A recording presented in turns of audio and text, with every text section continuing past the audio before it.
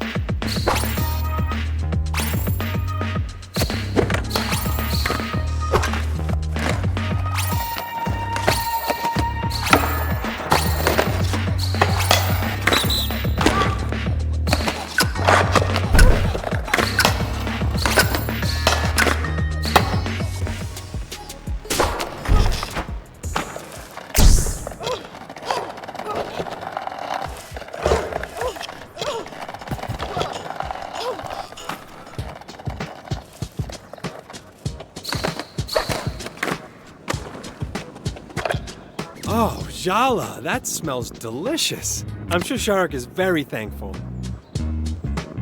I'll be expecting a handwritten thank you note in my mailbox. And don't write it for him. I know your handwriting here, fun. I'm telling you, beneath this grouchy face and the smoke-breathing tiger lurks the softest and tenderest of souls. Sure, deep down maybe. Very, very deep down. He's a good boy, really.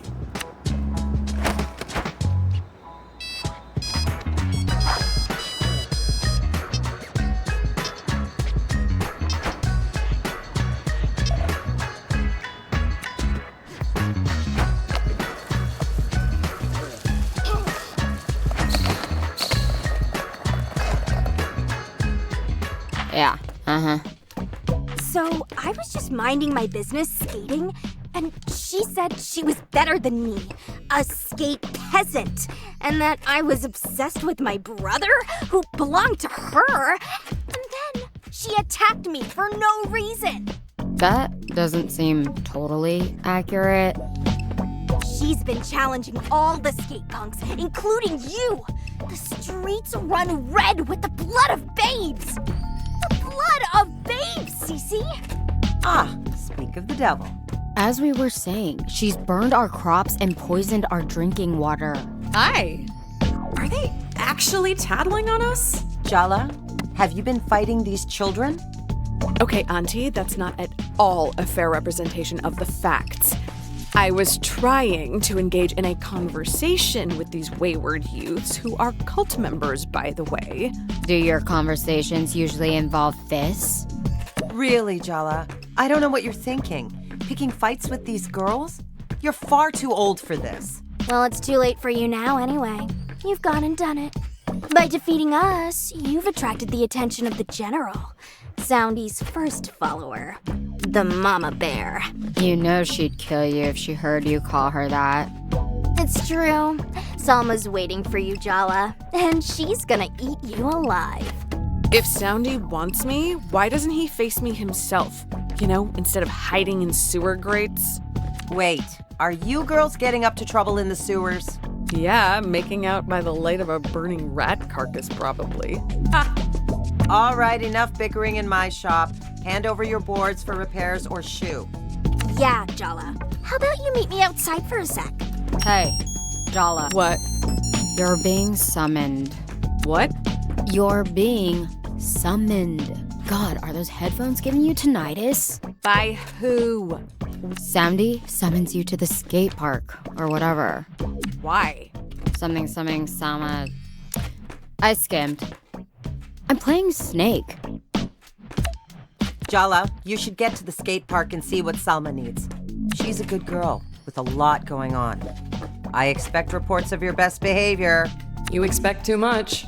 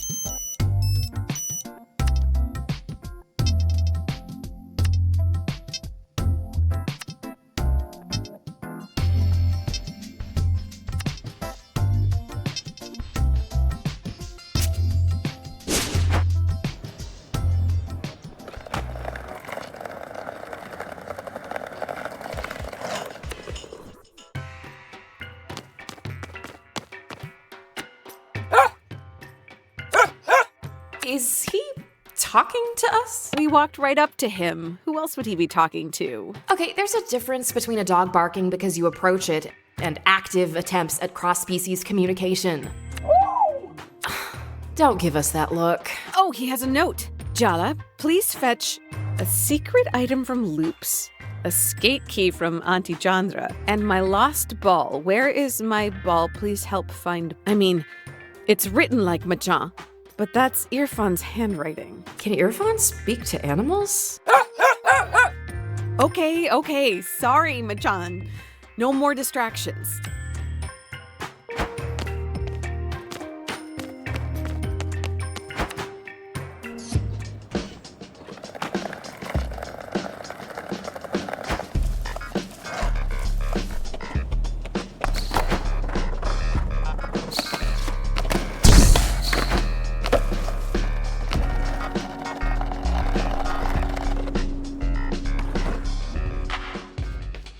Jala, amazing you're here. Got any hot gossip for your favorite auntie? Sorry, I'm on a mission. I need a skate key for Irfan.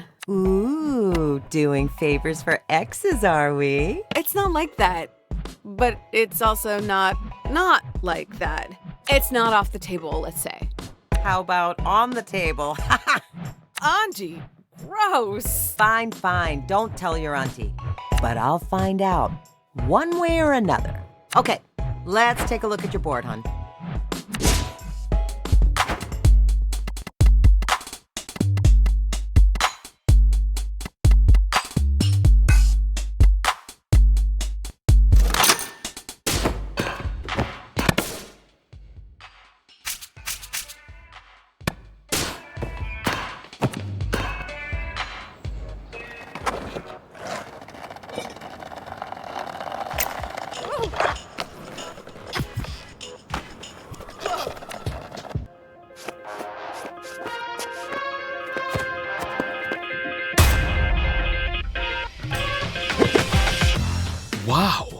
Oh my god. Your party really undersold how gorgeous you are. Your picture in the wedding file doesn't do you justice. Just so you know, that wedding file, probably all lies. It was full of good things. Definitely all lies then. Don't think I'll go easy on you. Just I wouldn't have it any other way.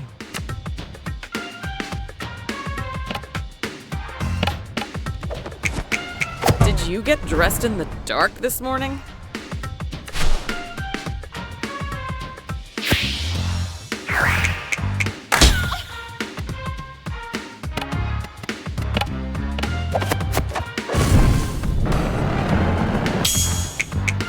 You have the audacity to bother me?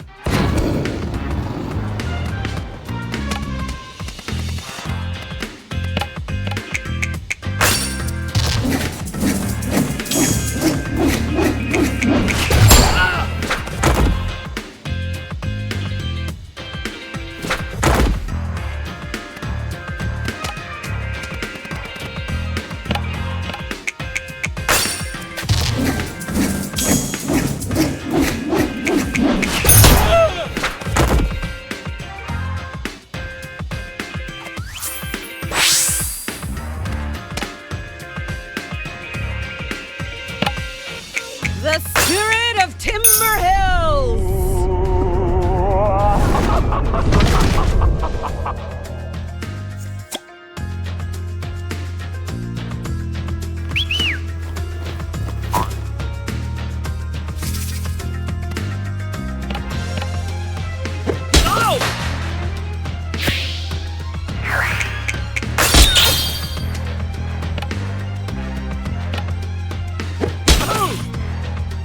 What are you looking for in a spouse?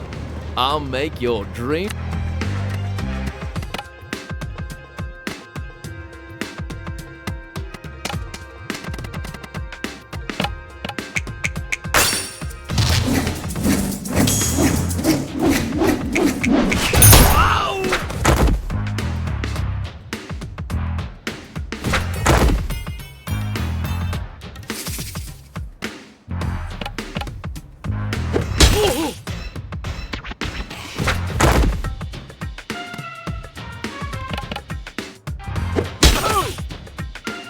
Just don't scuff these shoes.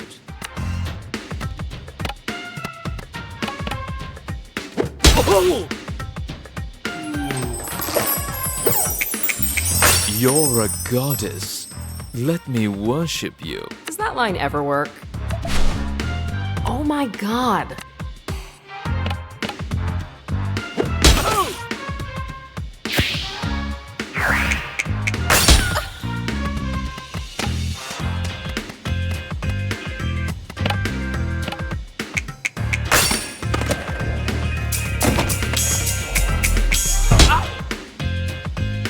Hold on. Need to check my bio data. I'm at your mercy. I'm looking for someone who can give me a real challenge, and you're not it.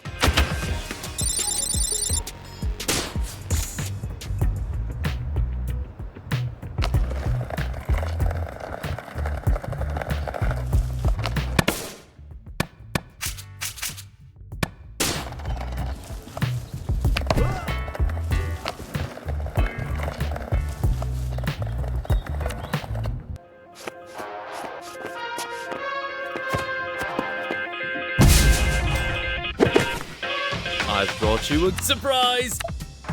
Let's just fight.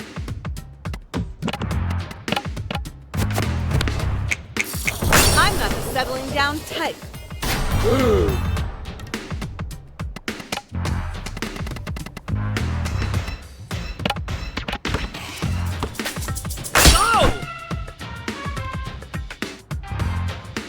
The shop assistant said this pattern would...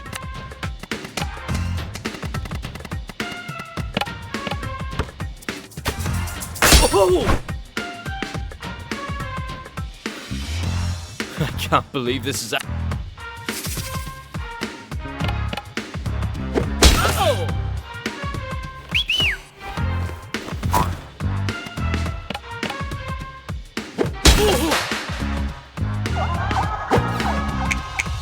Let's get married before you.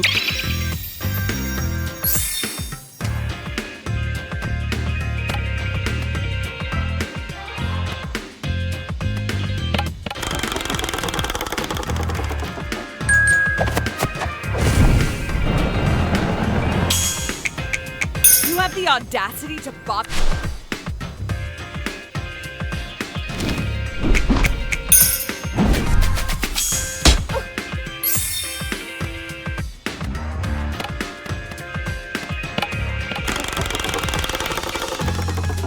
You have no idea what you're getting into.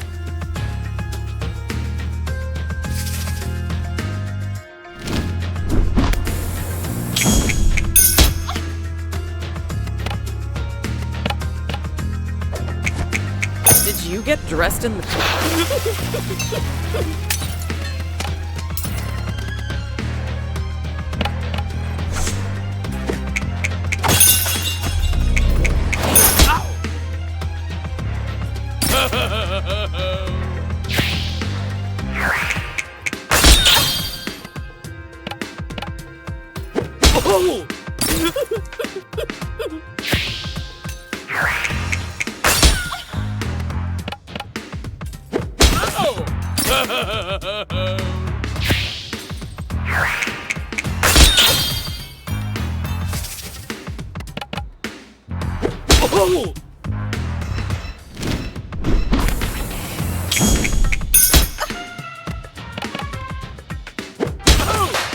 I guess I should have brought. Nah, you were doing...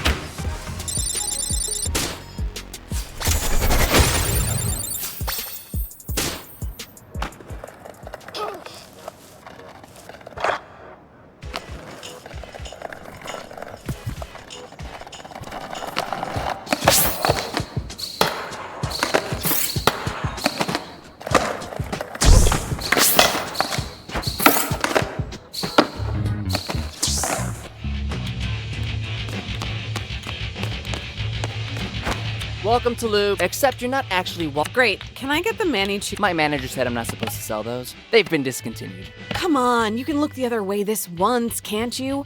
I'm doing a favor for Irfan and Machan. I suppose Irfan is Aisha's brother and my... Fine, I'll allow it.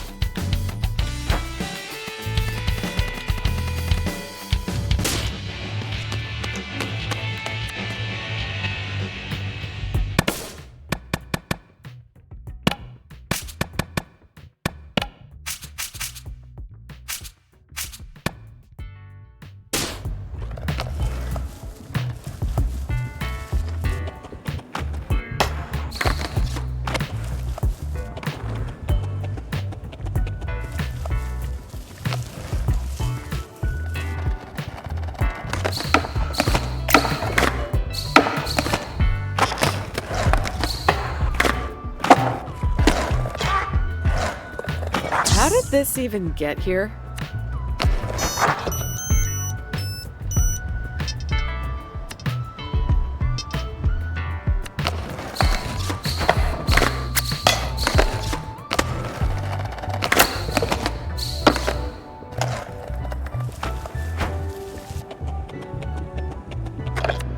Jala, thank you so much for doing this. I'd run these errands myself, but Shahrukh sure keeps me busy. Anyway, you're looking radiant as usual. How's your mom? Oh, you know, the usual. Still placing fear in the hearts of school kids everywhere. Still withholding affection. I'll never forget the haunted looks on 6th graders' faces after leaving her class on exam days. If I've learned anything working with animals, it's that patience and positivity is key. Aunties are not so different. Irfan! Just kidding. Joking around about elders? There might be hope for him yet.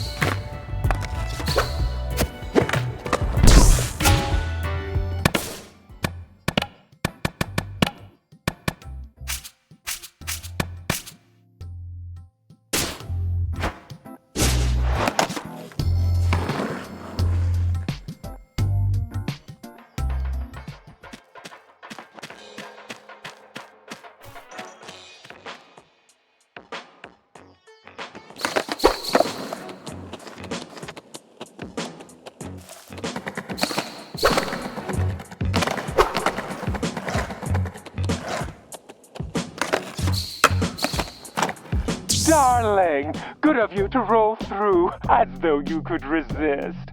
You're here to face my good general, my self-righteous right hand. Ah, well, Selma has been instrumental to Barefoot. Family bickers, but we love our cubs dearly. When she first caught my eye, she was struggling, trying to set up a community fridge while her own fridge remained barren. So sweet, but so misguided. Just needed a push in the right direction. Just like you. We've done this a few times now, no need to faff about anymore. A bear knows when it's time to stop playing with her food and finally take a bite. I need you, Jala. The mayor hasn't spoken to her daughter in years, and she'd do anything to get her back, to get her happy little family back. Do you understand? She'd give anything, even the upcoming election. No. No way. I don't just want the park, Jella. My plans are so much bigger than that. Who better to represent the freaks, the untidy, sharp-edged deviants tossed in the gutter than moi? This town has no future. There's no building on top of rot. It needs to burn to begin anew. Well, there's a campaign slogan for you. I see you. You're a misfit toy. So am I. And our judges have never truly loved us. For us to thrive, they must be brought low. What rises from the ashes will be fresh, pure. Finally, a place with us in mind. Don't speak. This moment doesn't belong to either of us anyway. Face my general. Consider my offer.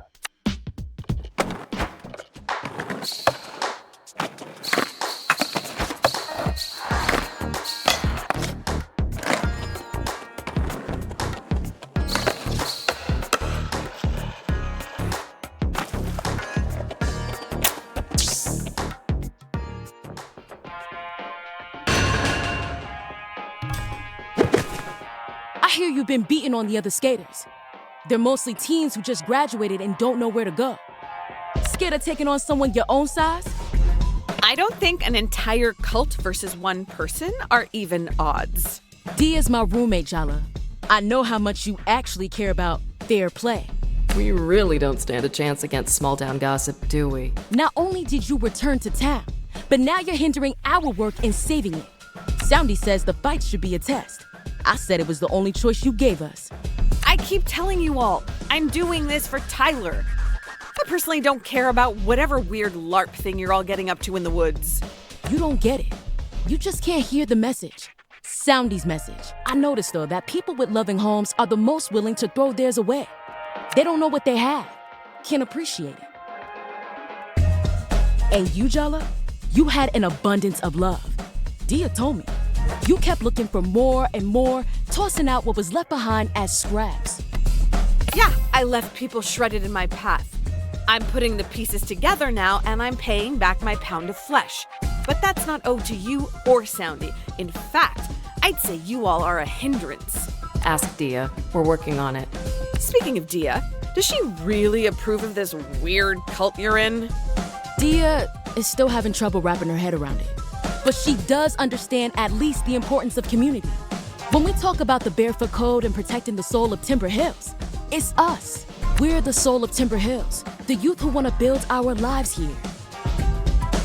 Soundy understands that. The mayor doesn't. If you're not with us, you're against us too. Soundy thought better of you. And until now, I've been too patient. It's time I make him see how wrong he was about you.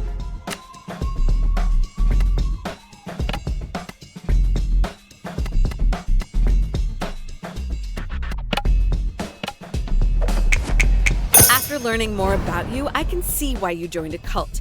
You were an easy mark.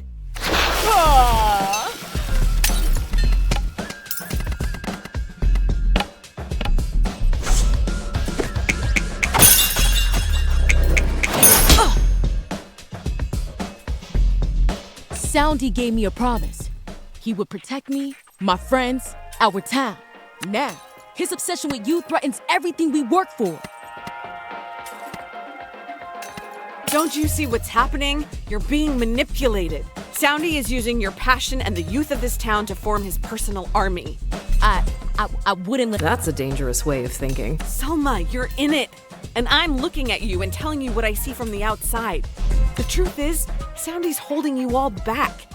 You'd lead those teens better than he can. Me? Leading? I couldn't. Soundy may have shortcomings, but enough! You're trying to throw me off, huh? Divide and conquer? I don't think so. I'm channeling every ounce of the Barefoot Code, and I will put an end to your descent, Jala.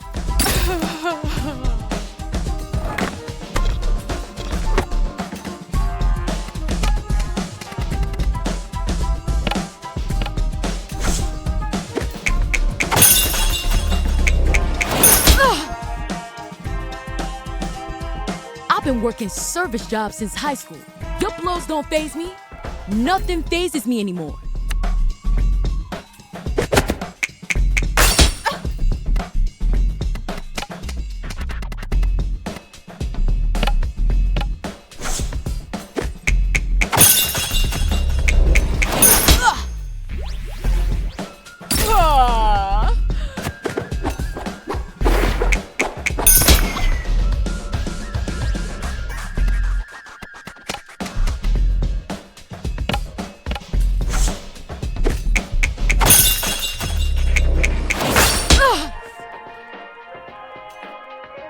Soundy may be the creator of the Barefoot Code, but I'm its enforcer.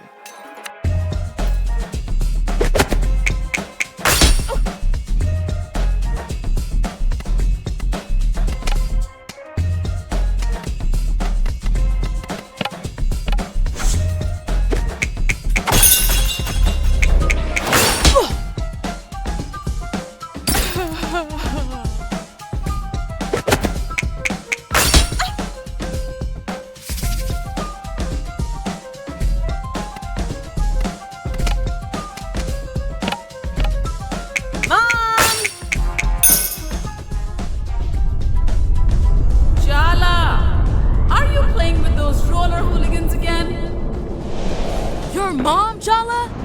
Really?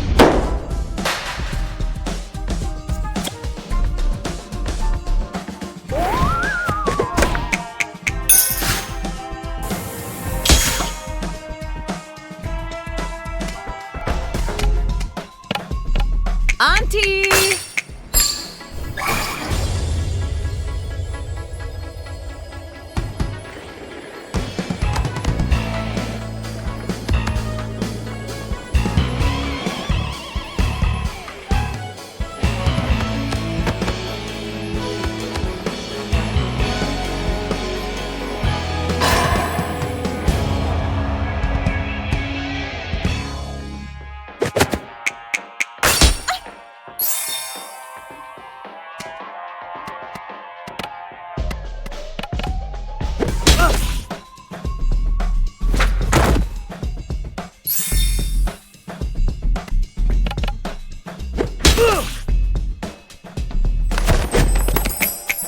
I ain't feeling too hot, Ma.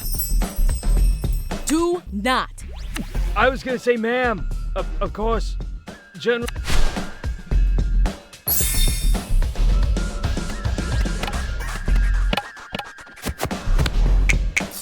Have you realized that by trying to establish this skate cult, you're becoming the establishment? And by fighting the establishment, I'm more of a skate punk than you. Huh? Daz, you're messing with me.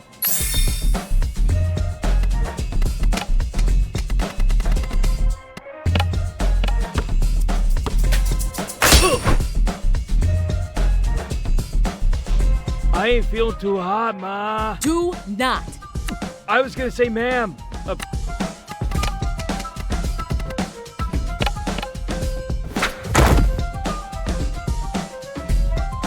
I ain't feeling too hot. I was gonna say.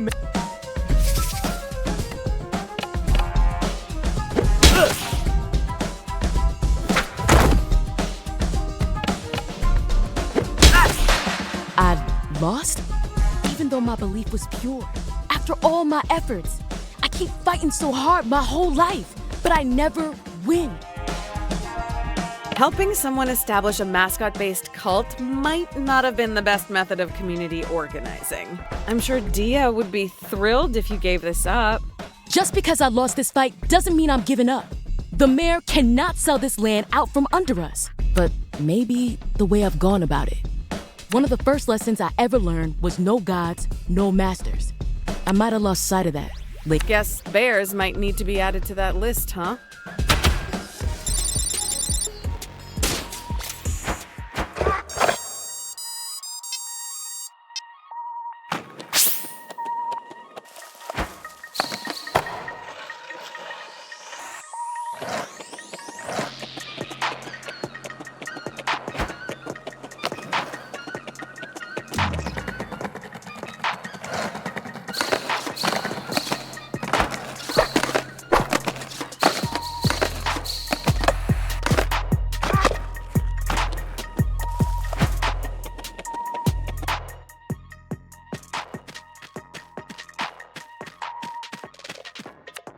I know you tried to get through to Salma. She hasn't had the easiest of times. Not everyone's lucky enough to have a supportive family. You've done all you can.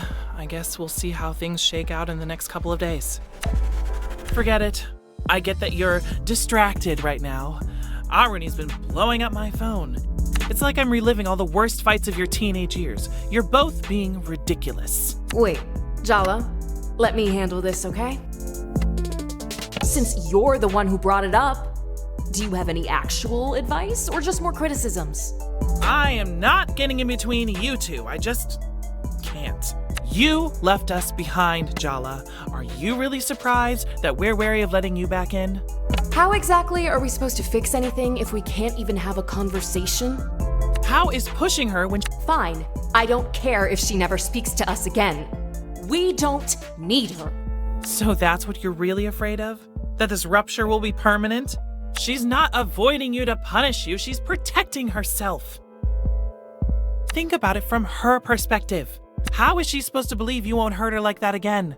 Give her time, Jala. People's feelings don't run on a schedule.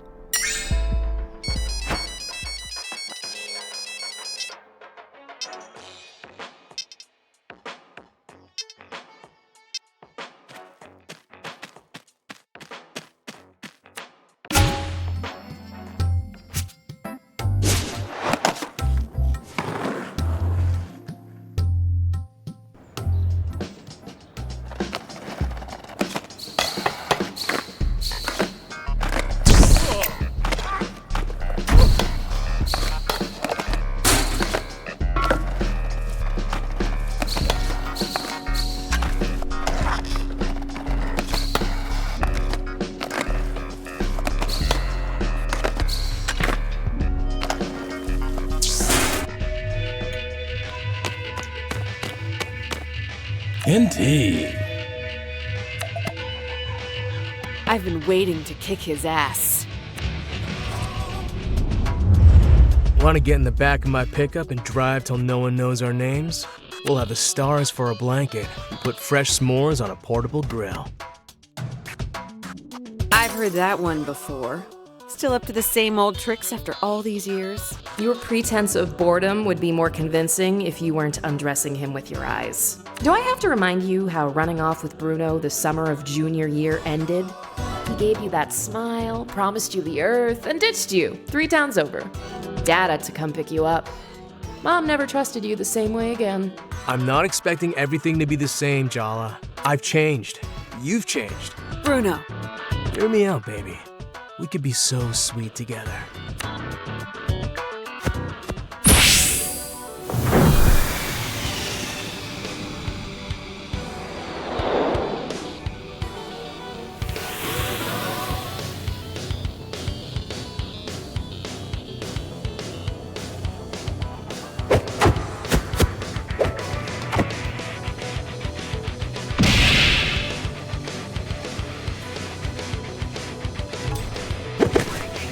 You're back in town to take responsibility?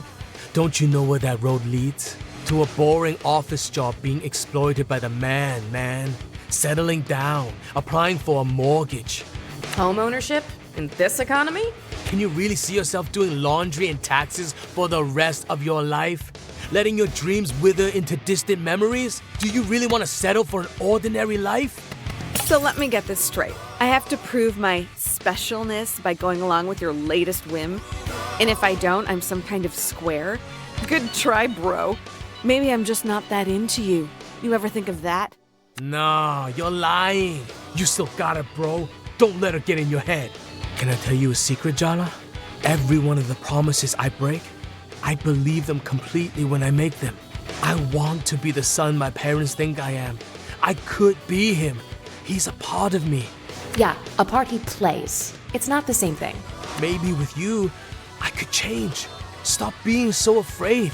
There's more to me, Jala. I just need someone to give me a reason. All of this sounds like a you problem, bro. If you want a grand transformation, hire a renovator. Or better yet, go to therapy. I'm not interested in fixer-uppers. What? But that line, it never fails. These are Bruno's contradictory inner selves. They're his shields against true self-reflection.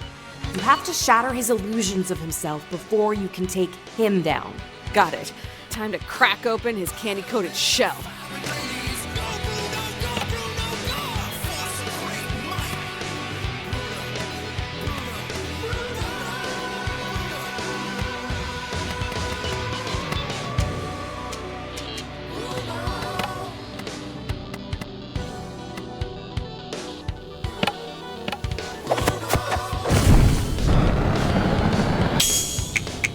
Am I even really your type? My type's whoever's around. Gross.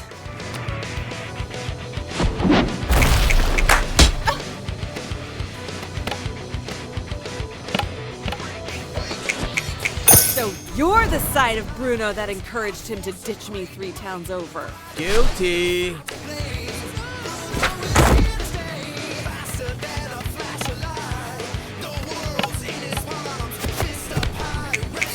Are you really being a good bro to Bruno? Or helping him stay trapped in his delusions?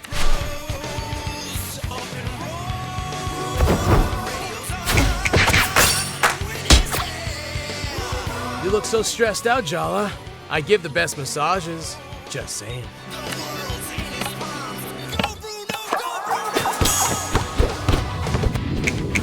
I might have made a bunch of mistakes, but at least I'm owning up to them.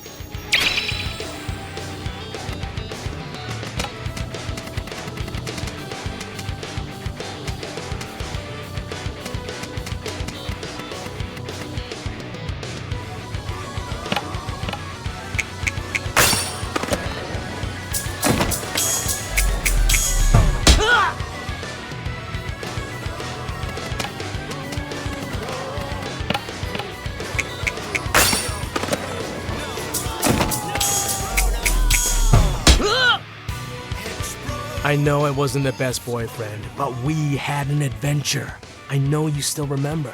What I remember is Jala finding out that Bruno's entire life is built on an elaborate lie. His parents back home in Malaysia sent him here to get an MBA. Bruno dropped out without telling them. His road-tripping lifestyle? Paid for by the tuition checks he's been cashing. For one knife's edge, heart-pounding, dizzying moment, we were free, jelly beans. Right now, you look like you're caught in a trap. I could be your way out. Do your parents back home in Malaysia still think you're at business school, Bruno? They're happy thinking that. Why would I mess with that? Aren't you afraid of what will happen once they find out? They're going to be so disappointed in you. Worse, they might cut off your credit cards. Don't even joke about that, JB. I'll figure it out if and when it happens. Why spend my time worrying about the future or the past? You really have to learn to be present in the moment. Let me paint a picture for you. A beautiful collage of future memories. So close, all you have to do is reach out and touch. The Santa Ana wind in your hair, the California coast turning gold in the sunset. The radio's playing our favorite song, and it's like we could be young forever. You and me against the universe.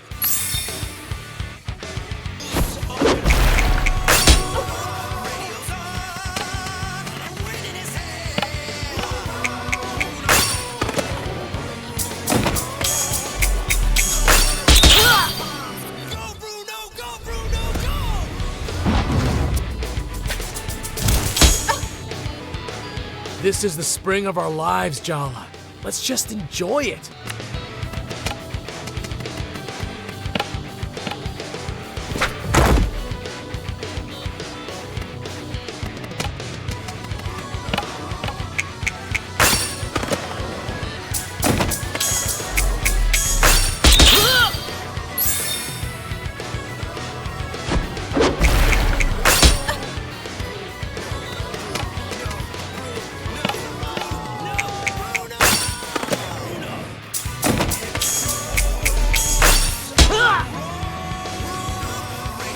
Come with free snacks. How many of your other prospective dates can say that?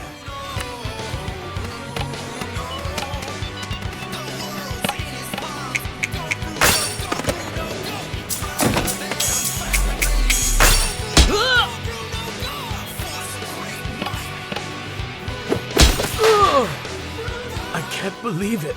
I'm the first of the bros to bite it. No offense, but I always thought it'd be jelly. What? Hush, bro. Don't talk.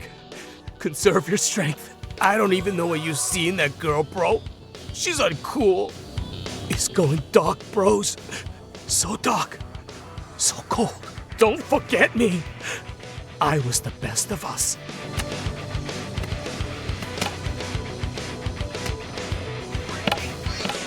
Auntie!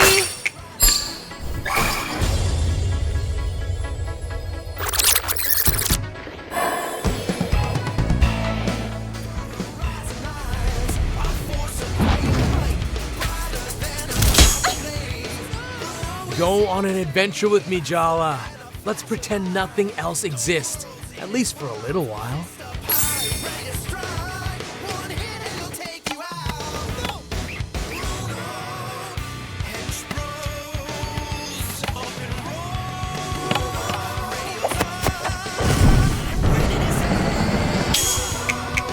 You pretend you're Bruno's voice of reason, but I think you like that he doesn't listen to you.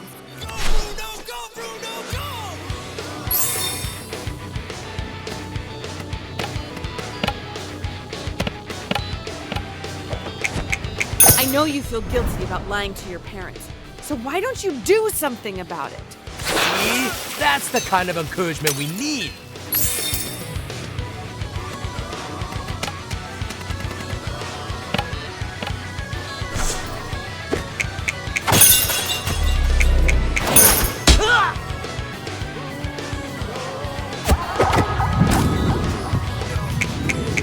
Stop trying to fix your mistakes.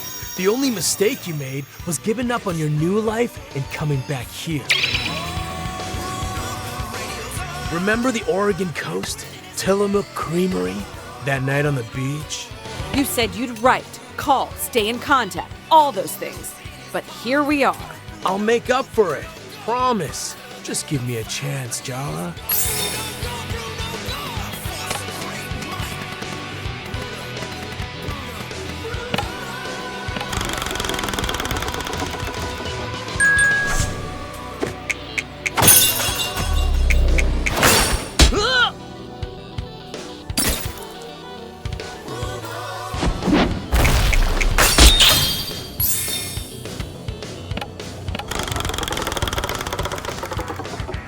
You want someone to see through you. You want someone to make you feel real. I can't do that for you. No one can. You have to do it for yourself.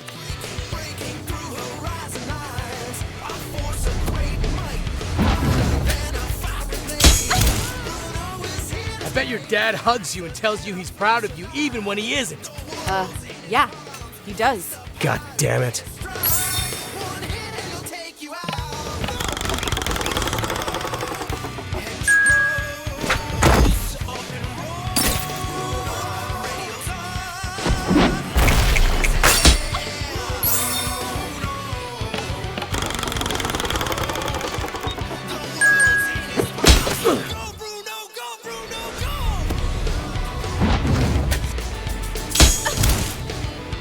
Why stay where you're clearly not wanted? We could just get in my truck and go.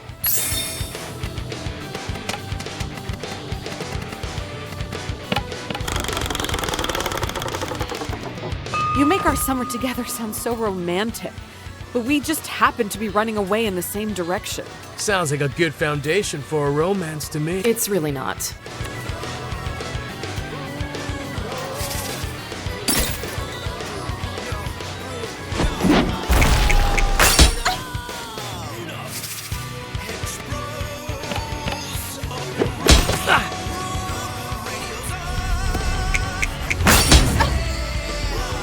I'm gonna whisk you away like you secretly wanted.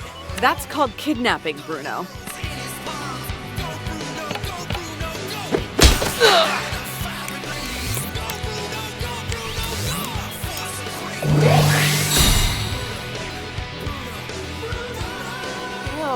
Ew, I would like to unsee that, please.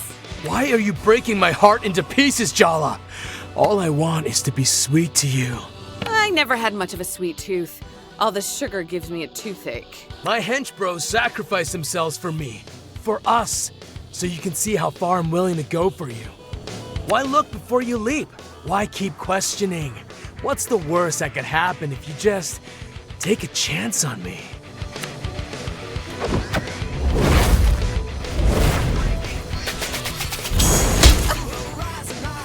You can't break me down, Jala. I'm more than just a sum of my parts. You're just a boy playing with his toys. The spirit of Timber Hills!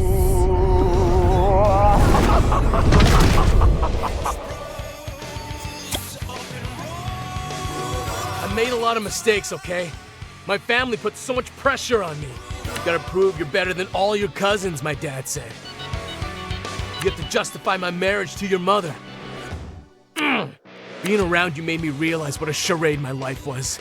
Maybe part of me wanted to mess up your perfect image to your parents. Prove to myself you were just like me. Let's not sugarcoat it. You used me to make yourself feel better. We're all just temporary fixes for you. Every new place, every new love, every new job. You suck the sweetness out of things and spit them out when the next piece of candy comes along. You're making me sound like such an asshole. I think he's finally getting it. You're not being fair. If I used you, you used me too, Jala. You're not a better person than me. In fact, we're the same.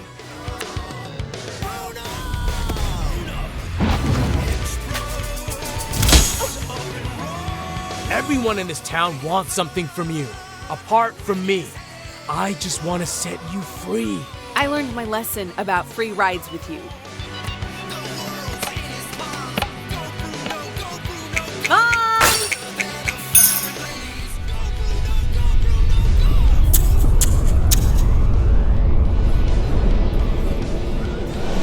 Why does this always happen to me?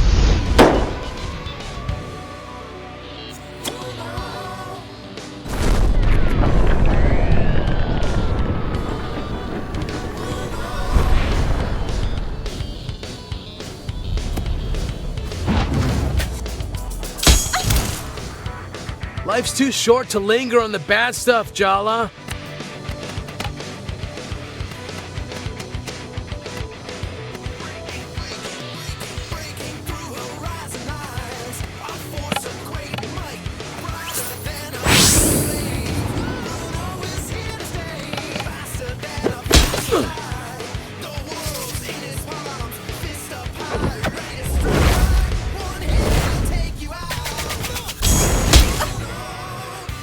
Life's too short to linger on the...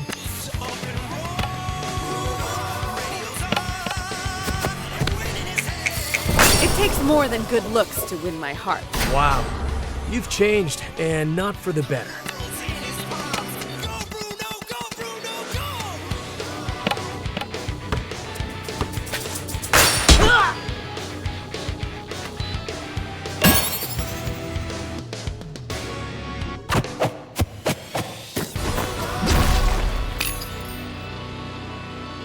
I wanted you to run away with me again, because going back to the past is safer than facing the future. I've been running in circles a long time, trying to pretend this game will last forever. But I guess you can't outrun the future. Even the past can sneak up on you, if you're not careful. So what happens now, for you and me? How about we try being friends, instead of solutions to each other's problems? Why not? I'll try anything once. I'll be in touch, Jelly Beans.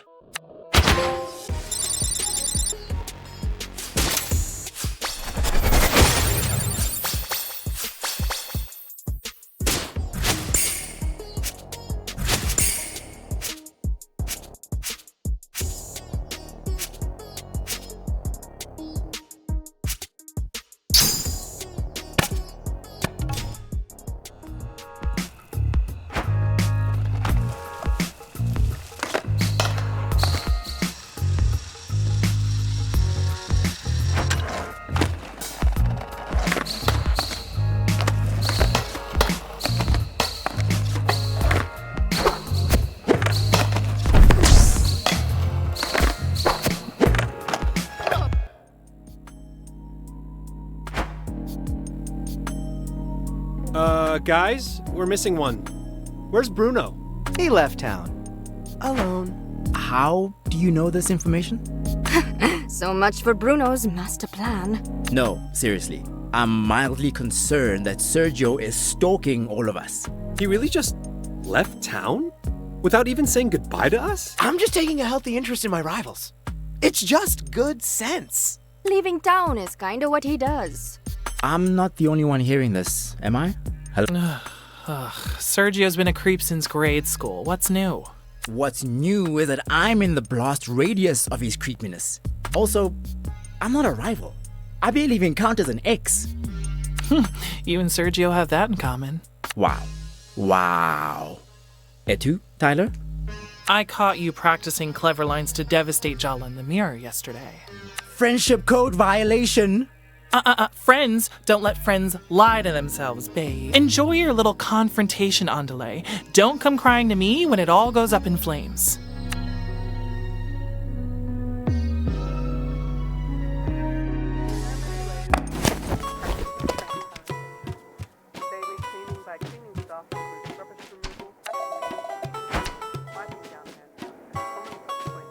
I heard you had a run-in with that boy Bruno today. And you're still here and not 3 towns over. That's a win.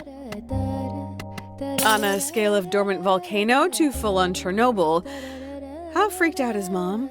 Closer to a natural disaster than a nuclear meltdown. I'd still wait till the first responders clear the area. Are you first responders in this scenario? Nope. Half a bottle of Chardonnay and a tube of cookie dough. Works at least half the time. Can I just cuddle up here with you tonight? Of course, Jala Banana. I'll put something on you can fall asleep to. So, like, basically everything you like to watch? Oof, ouch. A direct hit straight to the heart. Kidding.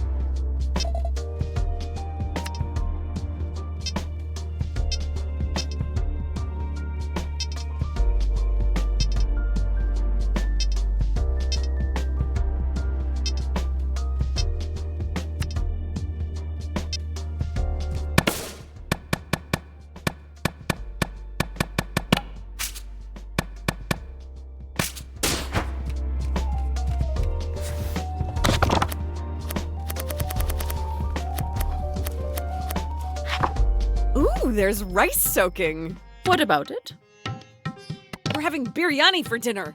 Lamb or chicken? Look closer. It's parboiled rice, not basmati. We're going to make uttapam.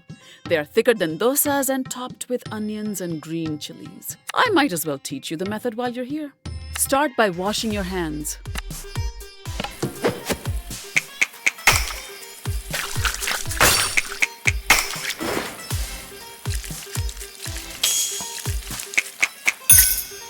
Very good. The first step is to grind the rice and then grind the urad dal. Every house has its own proportion, and you just have to get a feel for the consistency of the batter. So is this Bhatti's secret ratio that she handed down to you? Or Dad's family's? It's dosa batter and I'm familiar. Of course it's my mother's. Don't tell your dad I said that. Save it for when you really need to get out of something. Less chit-chat, more grinding.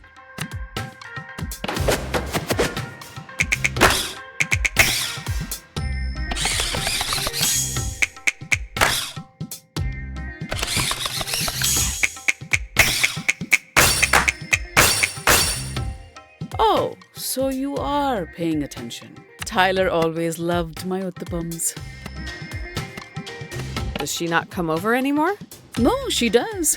I've talked to her a lot more than I've talked to you these last. Just because you broke up doesn't mean I can forget. She's like a daughter to me. Amma. Forget it.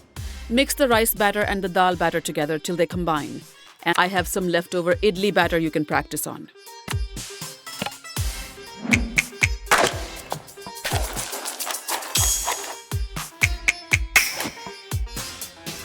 You almost did it correctly. I suppose I should be glad that Tyler does still come over despite everything. It doesn't matter. I don't know why I'm saying anything. Don't we have some chopping to do? Smooth, Jala.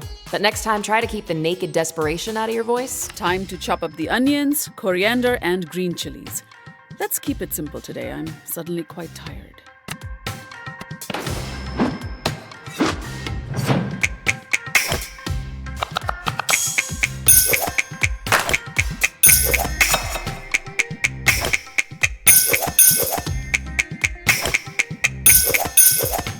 Very good.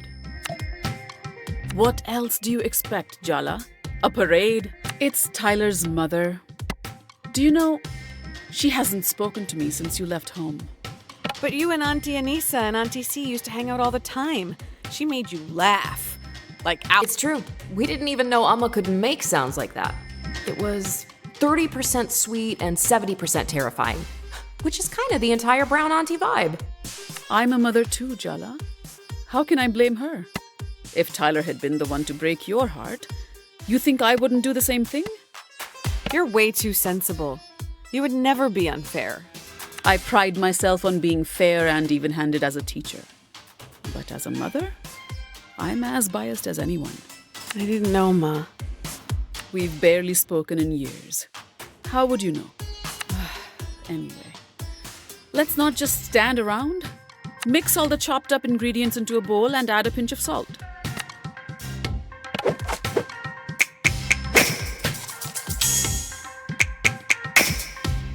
Well done, Jala. That's what they say in basketball, no? Add some oil to the pan and light the stove. Got it, Amma. The first prize in the Avoidance Olympics. And it's a tie between Jala and Rukmini Jayaratna. Congratulations to the mother-daughter duo once again. Come on, it's lighting a stove, Jala, not solving quadratic equations in your head. Move it.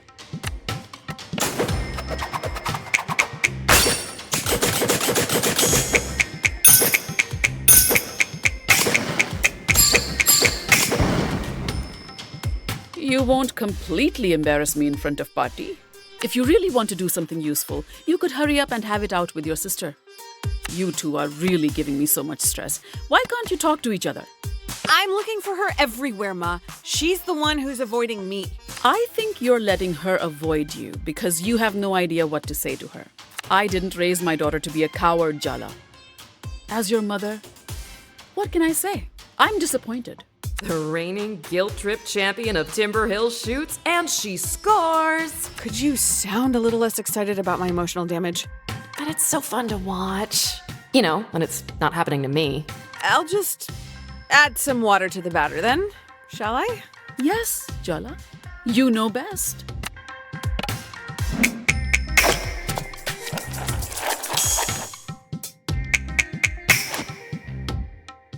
I knew you had my cooking genes. The pan's hot. All right, let's fry the uttapams. Pour a ladleful of batter into the center of the pan and add the toppings after a minute or two. Once the base is nice and brown, flip it without breaking it apart. Ah, like those Italian chefs tossing pizza dough. No, like a Tamil woman flipping an uttapam. It's quite simple.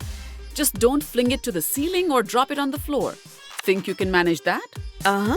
Let's give it a go.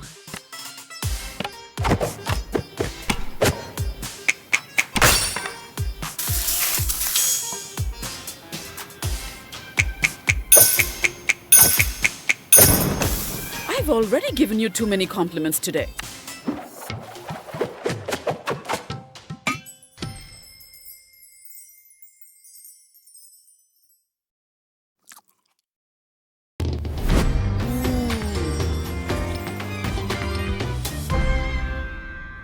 One uttapam coming in hot.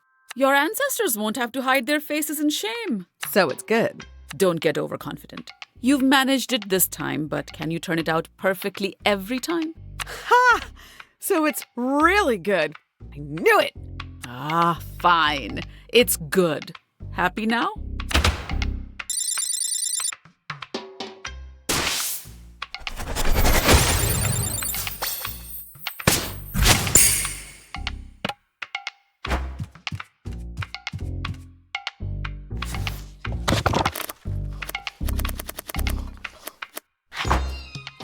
This is one that Ahmed taught me. Makhlube. It's actually a funny story. Aruni wanted to bring him to dinner, and so we invited him over. But he insisted that he cook for us the first time we meet. Wow, that is confident. It's certainly a bold move, but it was so delicious. I would have married him myself. Ahmed was convinced this was the best way to introduce himself, so Aruni insisted. I can see it clearly made the intended impact on you. If Ahmed was looking to impress, he was very successful. It was a showstopper. And now he comes over to cook for us once a month. I'm his sous chef. He's delightful. Yeah, well, I wouldn't know. Oh, Poditu, I know it's tough, but listen, I got to know Ahmed through this dish, so maybe you will too. Wash your hands and let's start.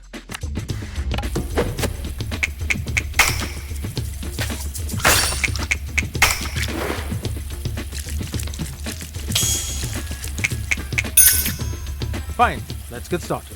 You know, the first time we met, Ahmed walked in behind Aruni, a bouquet in one hand and a bag of ingredients in the other. Considering how quickly he and Aruni got serious, your Amma and I had very different impressions of how he'd be. One of those weird, intense, obsessive types. Poor Aruni. Careful, your bloodthirst is showing. On the contrary, Ahmed welcomed us to watch him cook. Insisted we sit down though. No working for us, but it was like a cooking show where we were the audience. Very entertaining. He even tossed pieces of cauliflower to us. I caught one in my mouth. Oh, but I'm getting ahead of myself. Maybe Ahmed and Sergio can fight to the death to decide who gets to be Dad's son he never had. I've already rinsed the rice. Go put it in some water to soak.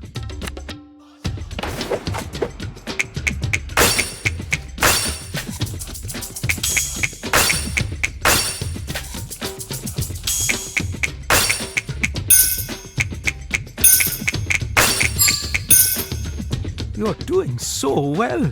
I promise not to cry. What's next? I summon fire. Would you light the stove, please, Podidua?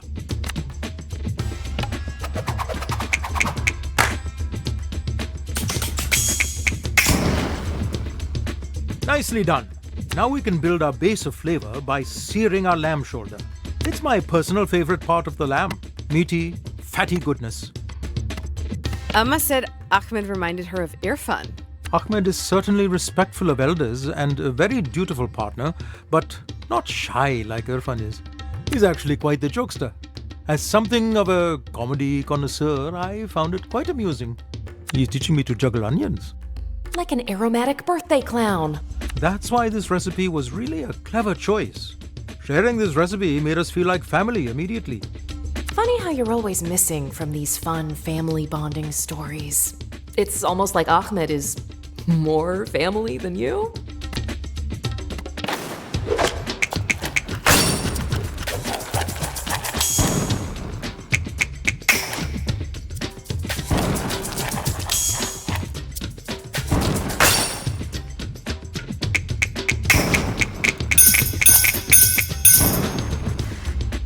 What a pro! You want to know anything else about Ahmed? I have no secrets. I'm an open book. You really have no doubts at all. You trust Aruni with him? Do you trust him with her? Who knows? Maybe your viciousness is a predetermined genetic drive. Maybe he's doomed. I trust Aruni. So I must believe in her trust in him. I equally believe that if he turned out to be trouble, she'd reach out to us. Like you did, Jala. Like you're doing now. It's hard to ignore you when you're being sensible. You never had issues in the past.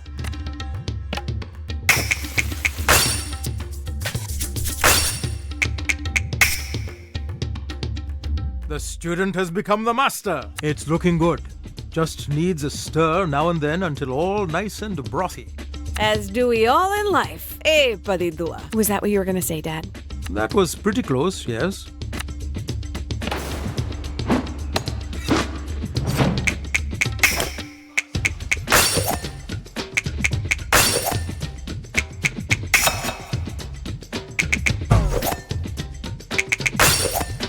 Technique is absolutely mesmerizing. Where's the handheld camcorder? I should be recording. Now, how about you give your best try on this vegetable fry? Dad, if you continue these attempts at wordplay, I might accidentally faceplant into this hot oil. Your jokes are a safety hazard.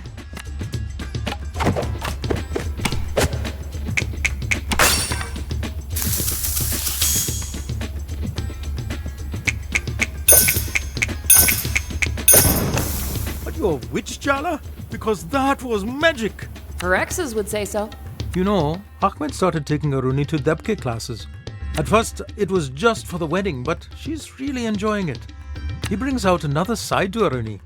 She laughs more. It's good to see as a parent. I'm worried that Ahmed may have a preconceived bias against me based on the current circumstances. Are you worried his judgment will be biased or accurate? I'm sure it'll all work out. Why? How? That's an infuriating answer, Dad.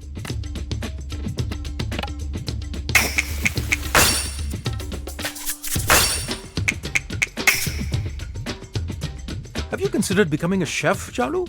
With this dish, you'll only find out if you succeeded after you've layered all the ingredients and flipped them after cooking. Ahmed said this is where the name comes from. Maklube means upside down. Isn't that fun? He was so nervous that first time, poor boy. So, how did it go? Did it come out okay? You are such a wannabe goody-goody. I know deep down you think someone else winning means you losing. He layered it carefully. He set it to sit on the stove to cook together, and when it was finished, he came in with the pot, flipped it to reveal mush. His eyes glazed over. I thought he was going to pass out after building up so much anticipation for us. But then he says, "This will be the most delicious mush you'll ever taste." And he was right.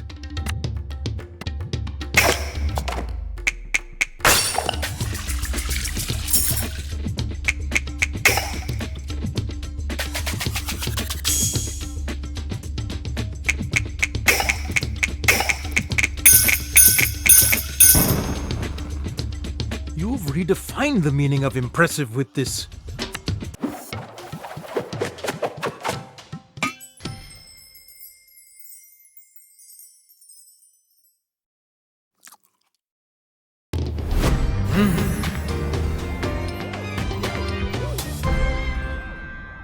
Ah, Jala.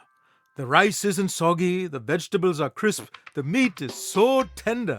I'm going to stop talking because it's cutting into the eating time. Yes!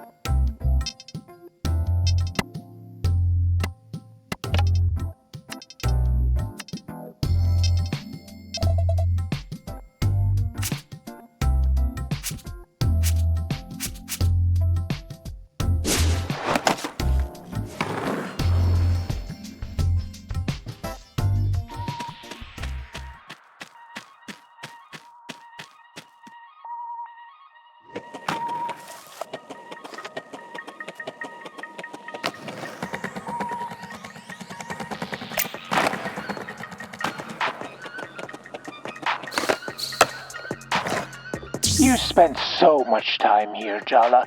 This park is full of your memories, your feelings, your desires. It remembers you as much as you remember this place.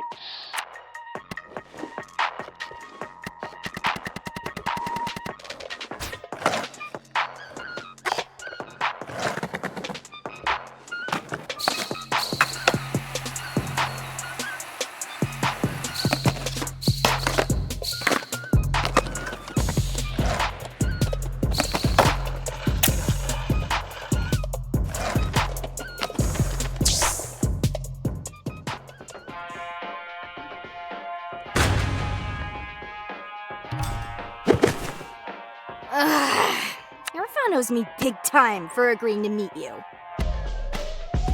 Maybe it'll be a good thing for us to spend time together. Yeah, we get on like ammonia and bleach. Let's start over. Whatever! I hate this, I hate you, and let's get it over with already so I can meet Cece for pizza.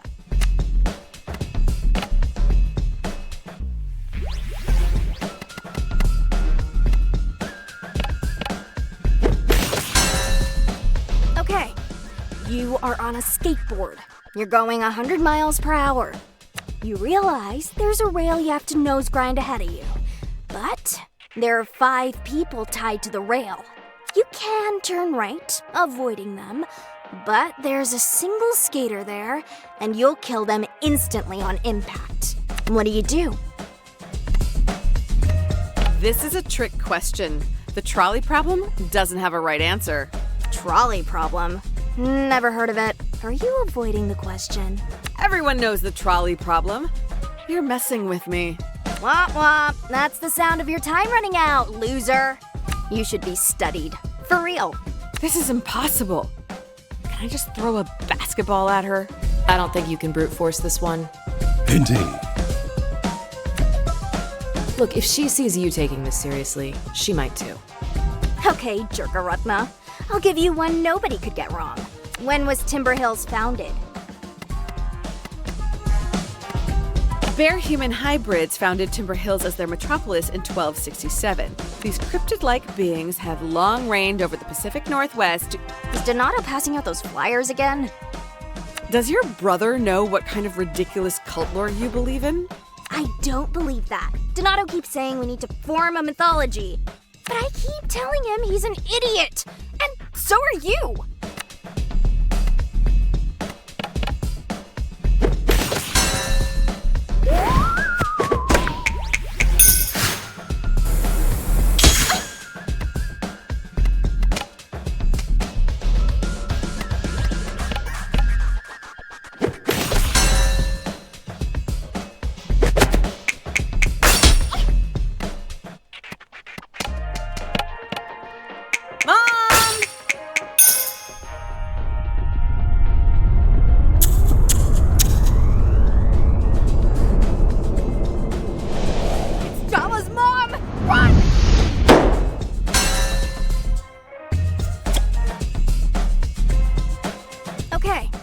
You are on a skateboard.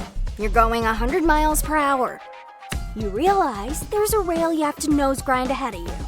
But you can turn right, avoiding. What do you do? I'd hunt down the person responsible for putting me in that position. Elaborate. This is clearly a setup. I need to find the sadistic weirdo at any cost and make them pay. You're saying the right thing at least? I don't trust you to have the fortitude to follow it through, though. I won't let you get past me.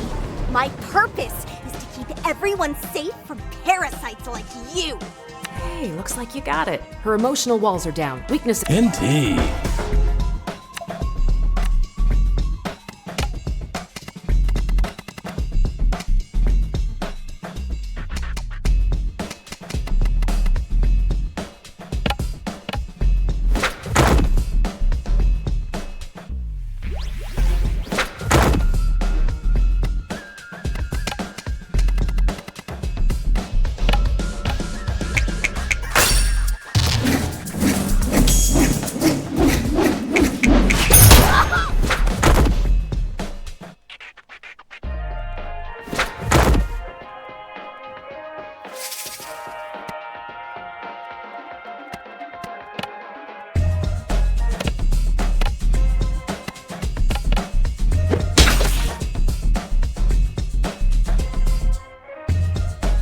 You consider yourself a legend of some sort. I don't know why.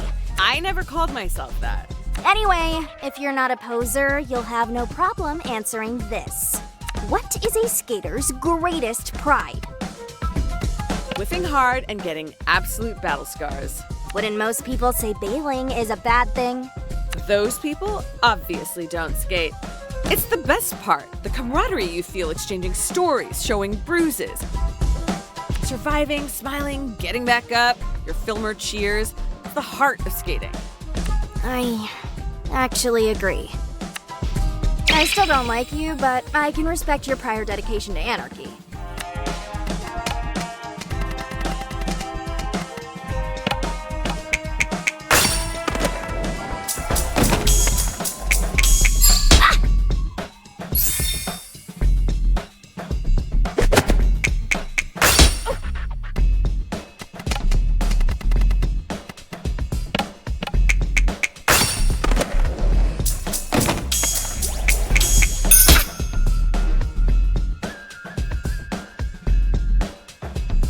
Okay, last one.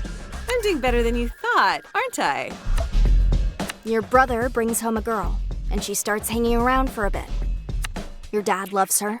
Your brother loves her. She's the kind of effortless badass you want to be when you grow up.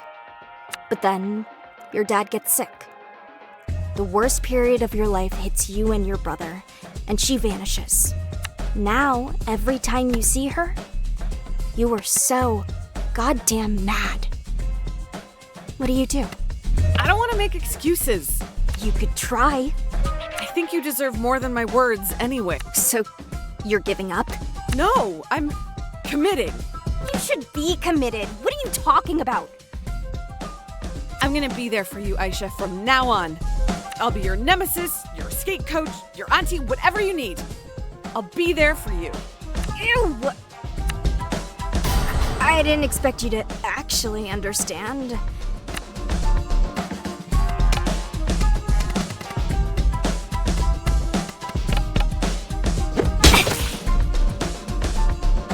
I want to let this moment sink in. The moment I'm finally gonna give you what you've got coming.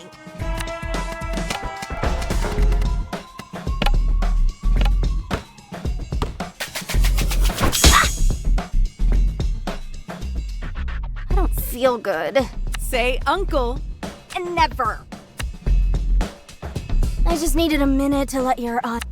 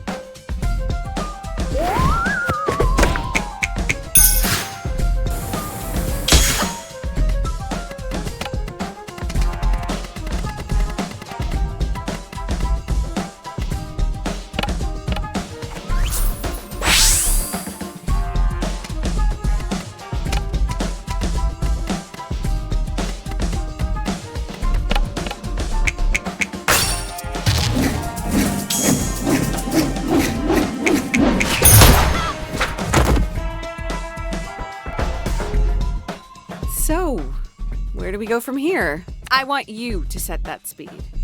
I'll admit that your presence bothers me less. It's like exposure therapy or something. Like a mold. Guess you really grew on her. Maybe Cece and I will see you around the body shop or whatever. But don't hover, like we want our space too, obviously. Of course, Aisha. You make the rules.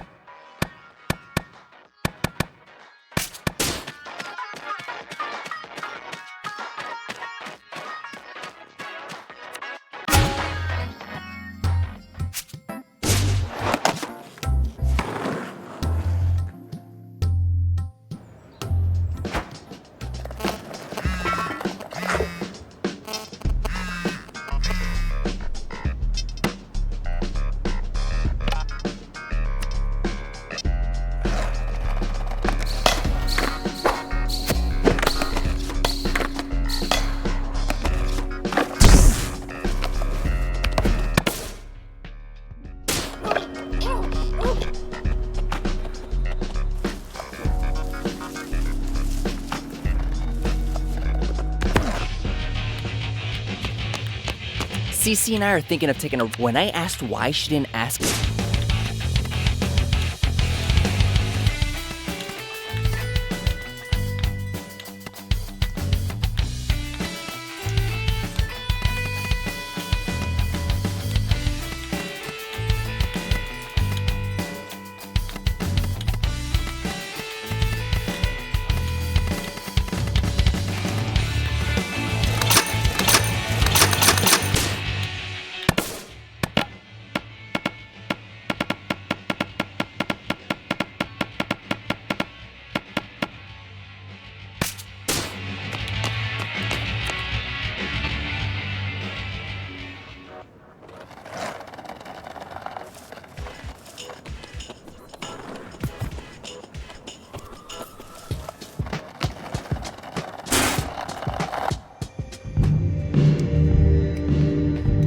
You wanna dance with me?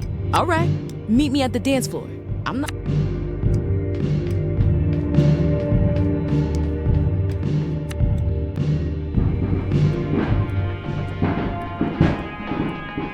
You really think you could keep up? Cause I don't slow down for beginners. Don't worry about me. I can put my feet where my mouth is.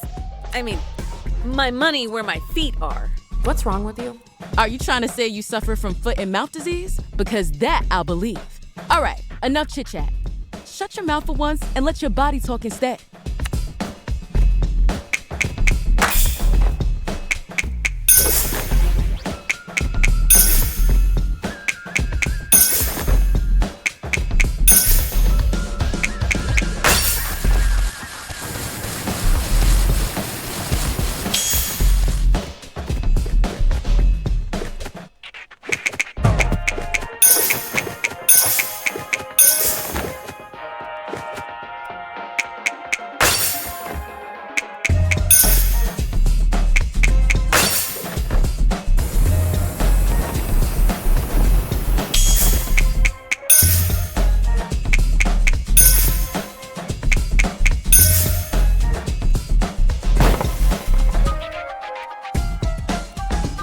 Careful with your knees. We might be foes, but I do respect my elders. I don't take you that seriously, babe.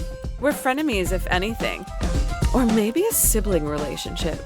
I always wanted a younger sister. But that'd make you the middle child. And then how would you stay daddy's little girl despite being the objectively worst daughter? Uh-huh. So are we doing this or are we doing this? I want to set this dance floor ablaze. I never do half-stepping, and I always go full throttle. Fine. I want it on the record that I'm only doing this because I love this song. The fact that not even your ceaseless yammering can ruin my vibe right now, a testament to how good it is.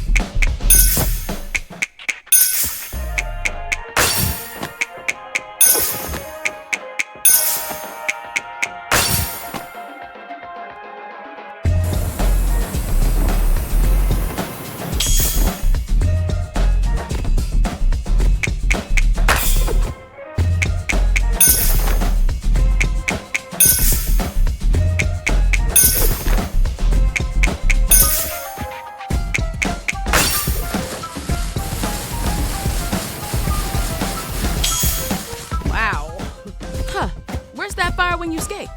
Yeah, you're not so bad yourself. Watch it now. If Dia hears we're getting along, she might get the wrong idea and then eat me alive. And not in the fun way. Skater to skater. What's fun without the element of danger? Ha! When you're right, you're right.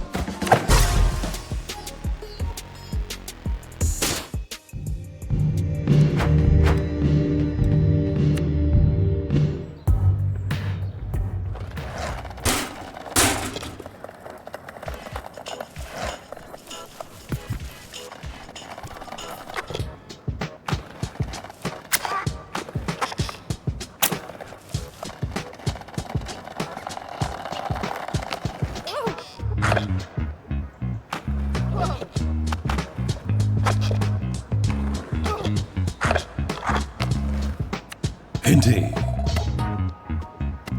They've been marinating on what to say to me for years. Better to just get it over with.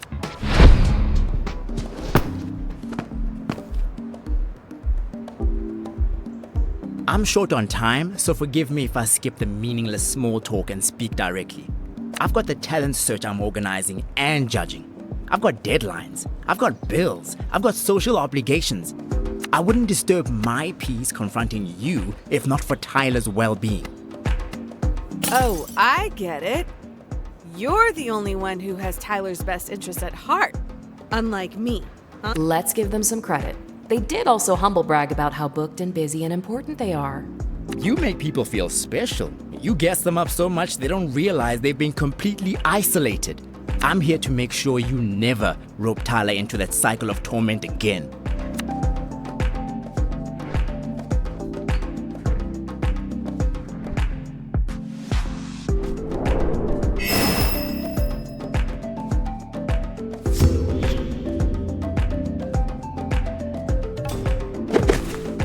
Andale moved to America from South Africa in junior year, just after Jala and Tyler had one of their more dramatic breakups. The entire class ended up taking sides. As the new kid without any idea of the complicated history between them, Andale became a battleground in their romantic rivalry. You started confiding in me about your relationship with Tyler, getting my sympathy, making me believe your version. I thought Tyler was a monster, and I fell for you. Forget the false pretenses of our brief relationship. You stole years of friendship with Tyler from me. That's what I can't forgive. Do you really need me to admit that I was jealous of you two so you can crow about it? This isn't some petty argument. I thought you understood me. It was transformative meeting you. That's before I realized that you weren't actually interested in me. You just wanted to get between me and Tyler. I don't need resolution from you. I don't think you can actually change. The one thing I do know, your cruelty has no bounds.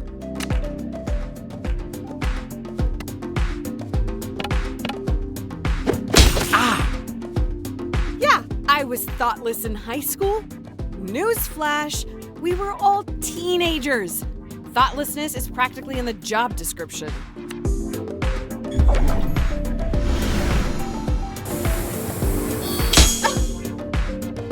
When I think how close I was to not having Tyler in my life, how can I forgive you?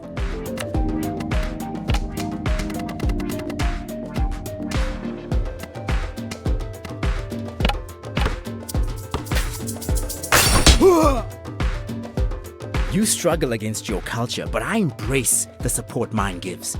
You are trapped. You are lost.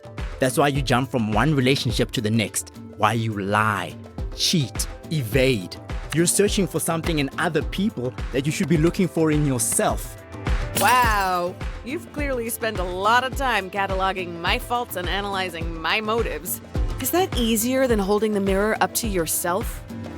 I'm not returning cruelty for cruelty, Jala, even though it would be entirely justified. I pity you. Your ancestors are turning over in their graves. Mine are standing shoulder to shoulder with me, making me... Looks like Andale's so mad at you, they're having a personality crisis. I mean, it's obvious Andale replaced you as Tyler's best friend the moment you left town. But don't you think they're being a little overprotective for just a friend? So, are you and Tyler, like, together? Seriously, Jala? Unlike you, I can care about someone without trying to sleep with them. You'd love it if I lost my cool like everyone else, wouldn't you? I refuse to let you get under my skin.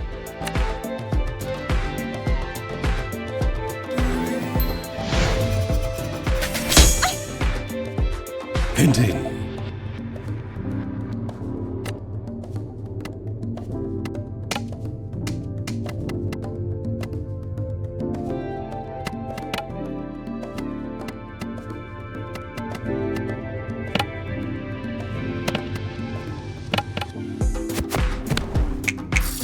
You knew I was lying about Tyler. You wanted to believe me.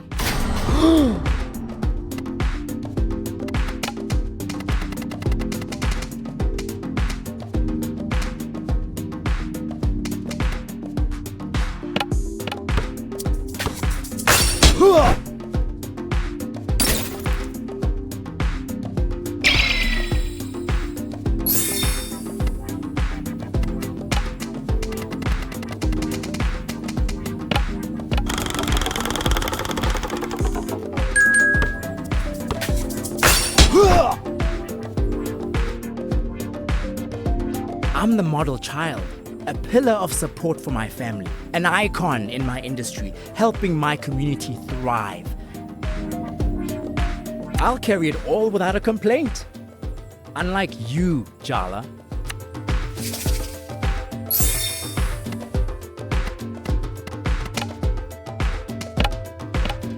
Auntie!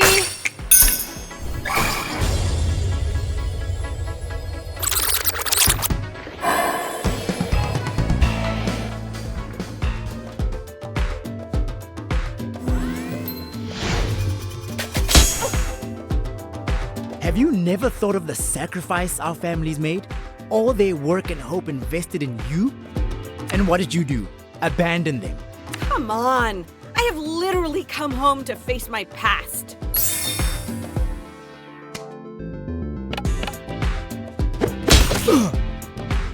So, are we still pretending this fight is about Tyler, or are we over that little fiction? Tyler's the only reason I'm even entertaining this ridiculous charade. So, persisting in the delusion. Got it.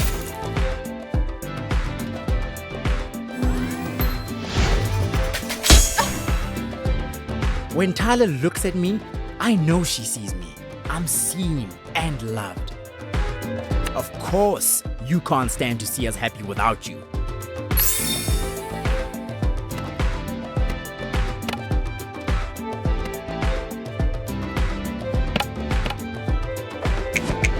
You sure you're feeling all right, Andale? Your tone seems a bit pointed.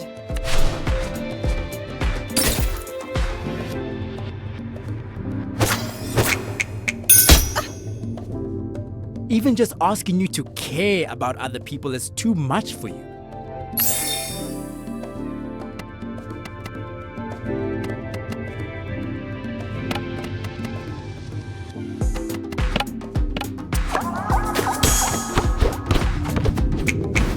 Admit it. You still wear some of the clothes I lent you junior year.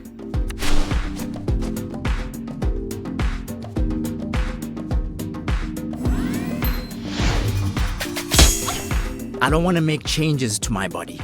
And I know what I'm shaped like. What people assume when they look at me. When people say non-binary, they think of someone petite, non-threatening. Not me. Sometimes I think, why try so hard to fight the inevitable? Maybe if I conformed, I would be recognized. Understood. You could try to cut off parts of yourself to fit people's expectations. But where does it end? Would you even be you anymore? What do you know about what it's like to be perceived in a way that's completely different to how you feel? You know, I used to wonder if the reason you and Tyler could live so audaciously is because you're so American. You come from a culture of the future, always thinking about who you could be, not who you must carry within you. You had the privilege of being anything you wanted without question, and you chose to be the worst. You know, it's so funny how when we met, I was doing really bad, and you were just the queen of everything. But now I'm successful, sexy, and financially covering my parents, while you're crashing at home and everyone hates you. So funny, girl. Ha ha. Hilarious. I don't know, Andale. I'm getting the distinct feeling you're not as secure as you claim to be. In fact, I'd say this little performance of yours reeks of insecurity. Maybe a few top notes of desperation? You know what? Fine. Maybe my culture can't handle me. Maybe my family won't ever be able to understand me. Forget them. My real family is the friends who never judge me and never pressure me. If my heritage hurts, why bother? Leave it behind. Throw me in that melting pot and put on the lid, baby.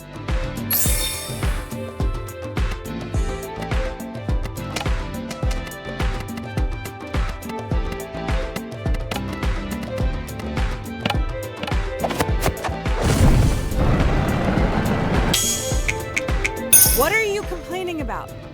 You got Tyler in the end, and I'm the one left on the outside.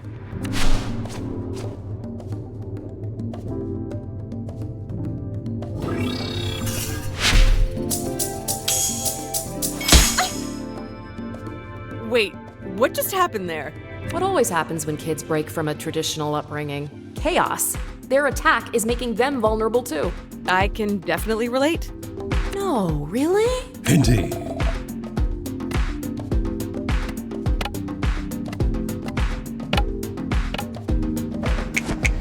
Are you really growing, Andale? Or are you just torturing yourself for not being perfect?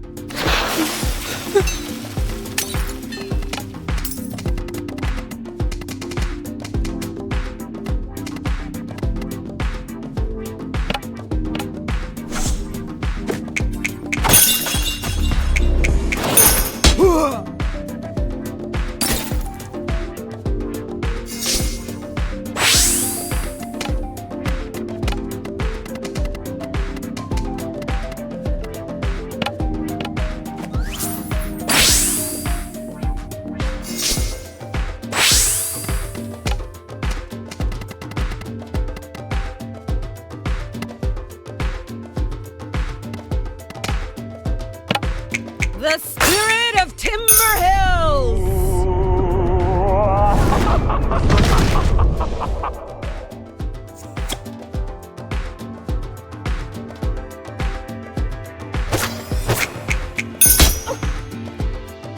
God, you make everything such a melodrama and not even the fun kind. You act like you're in a Lifetime movie. Go to a party and stop trying to find your truth, weirdo.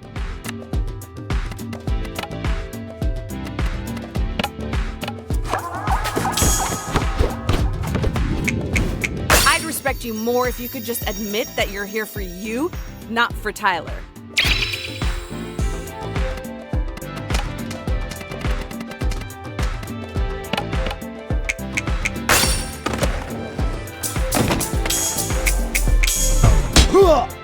Don't you dare pity me. I'm telling you I'm better than you. You hurting me changed me for the better. Not everything needs to be some great narrative of overcoming adversity. I hurt you. It was shitty. We could just admit that. But Andale, I don't think you have any idea who you really are. You're just bouncing from one extreme to the next. Fine. The truth is, I'm a mess. I'm scared of being disconnected. But the idea that my family and community might reject me hurts more. I'm all over the place.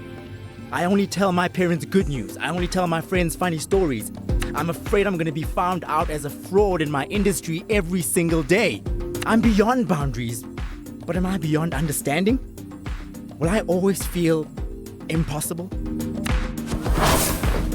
I don't want to compromise who I am.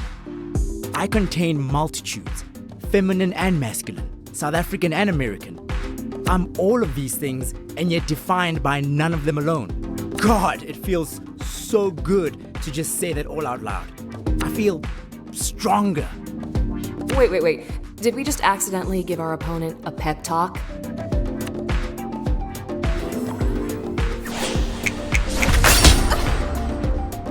I'm adaptable, resilient, rooted, and I promise you this, it won't be me who crumbles.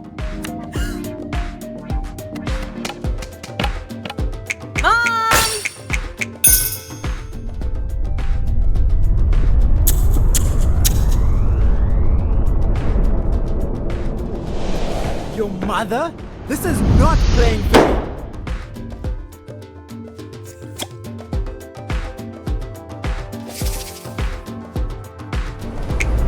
There's no can, only will. I outrank you in will, power, and willpower. So I will be stronger and I will defeat you.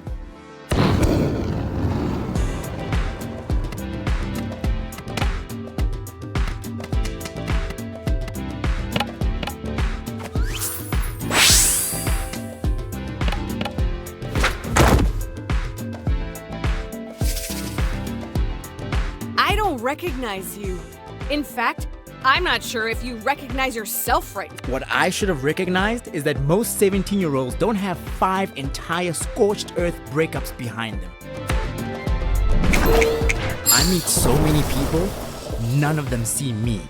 All of them see the parts they want. I thought you were someone I could be whole with. What a disappointment. Jealousy is not a good look on you, Andale.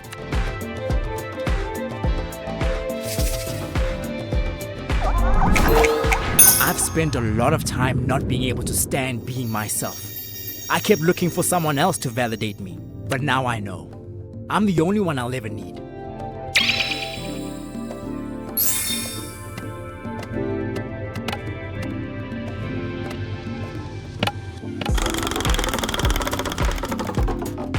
Andale, you're gonna...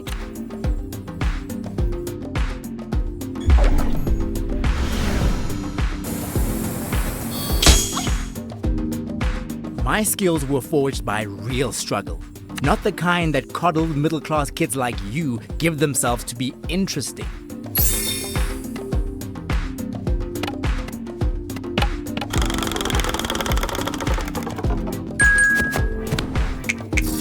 This clearly isn't about Tyler or me. It's about you and the pressure you're putting on yourself.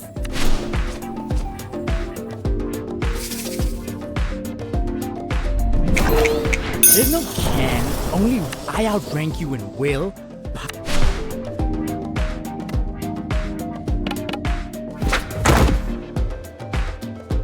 Andale, you're gonna cave in on yourself if you don't let go.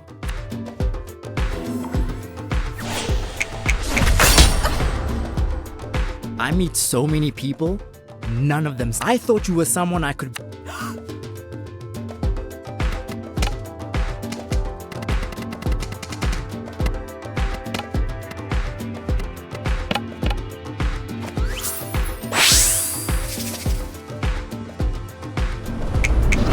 I'm adaptable, resilient.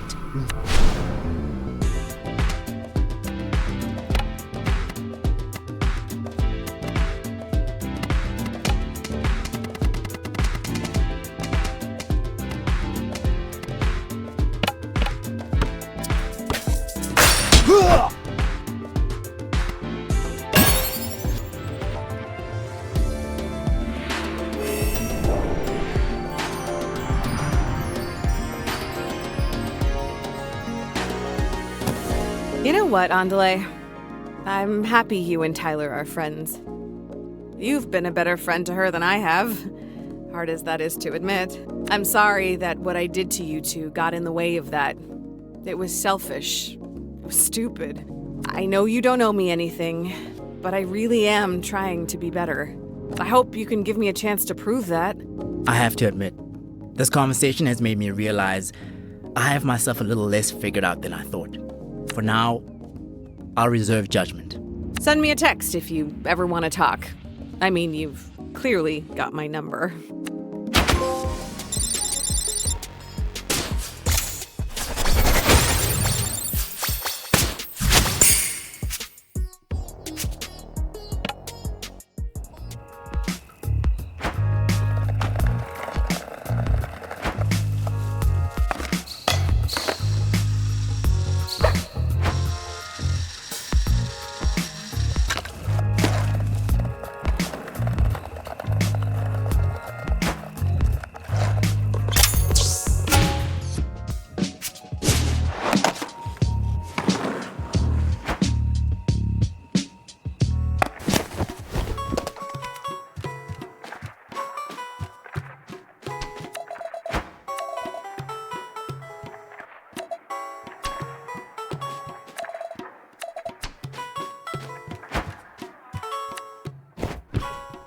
By my count, you've confronted all your exes, apart from Tyler by now. Unless there are others I don't know about, which should be fine, of course.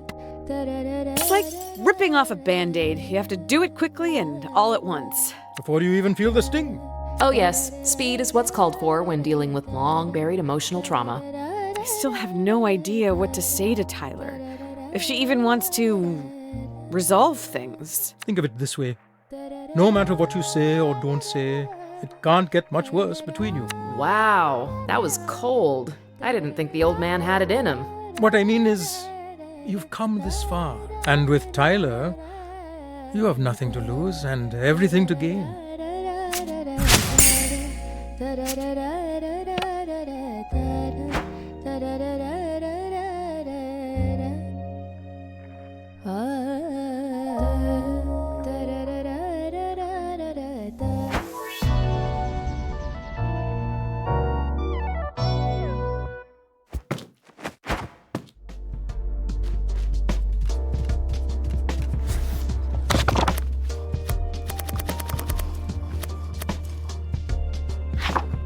bunny chow? Really? You haven't asked for those in years? Not since high school? Uh-oh, she's getting suspicious. Is this really for you, Jala? I wanted to make some for Andale. It's funny, I've made it so many times, but I've forgotten how. What's funny, Jala, is how little I remember about this Andale person.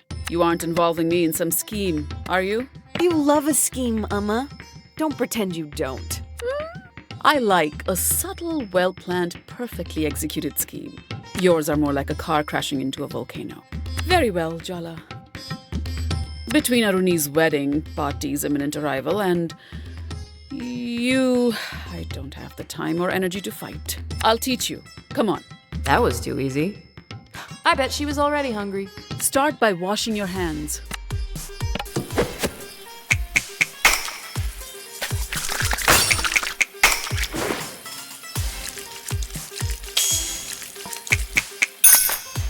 Very good.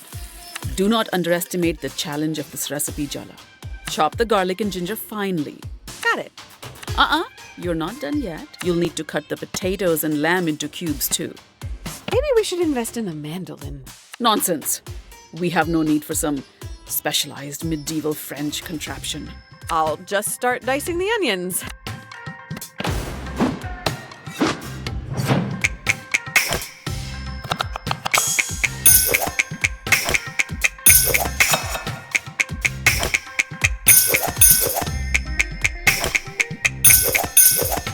That's good. Stop trying to look pathetic. If you really need a break, I can take over. This feels like a trap. So? What? Should I take over? No, I'm not tired. I'm fine. I got it. Good. Wow, she sounded downright approving. You'll need to get comfortable doing this often, Jala. Taking care of a family is hard work. Ah, your hypothetical offspring have been officially invoked. And you've barely been chatting 10 minutes. I really need to focus on this chopping in silence, Amma. Sorry.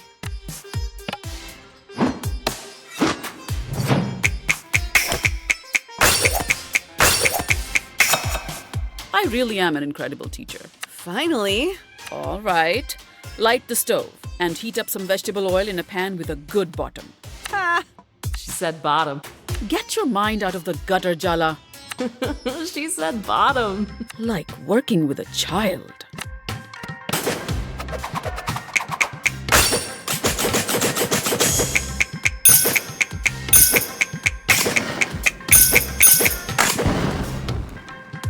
Even Pati would approve. What am I saying? Start by browning ginger, garlic, and onion until just fragrant. Don't step away or get distracted, Jala, or it'll burn and taste horrible. Whatever you say, Ma. I'm taking time out of my day to give you good advice, madam. The least you can do is be respectful. Uh-oh, I can see your eyebrows furrowing, and I'd like to get out of this alive. Sorry, Ma. Please, continue. Just stir before this meal is utterly ruined. Just like my mood.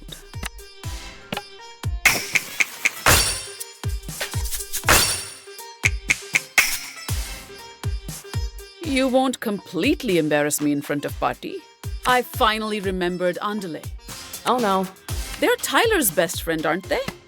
Oh, Jala, did you really try and get between them?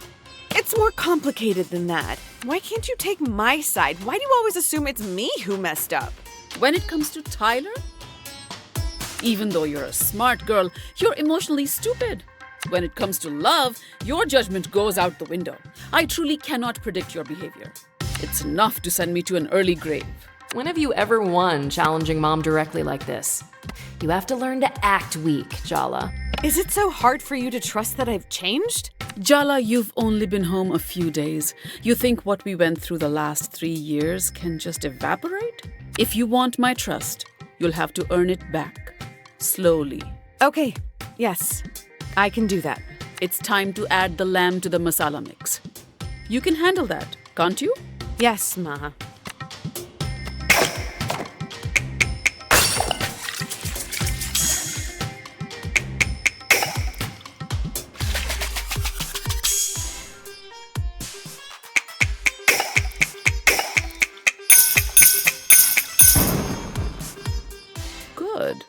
but don't get overconfident. Finally, we hollow out a loaf of bread to stir, pour, and serve the bunny chow in. You made the bread as well?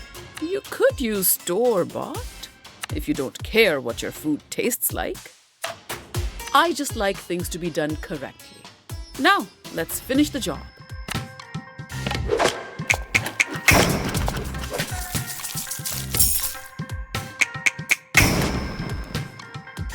Oh, so you are paying attention.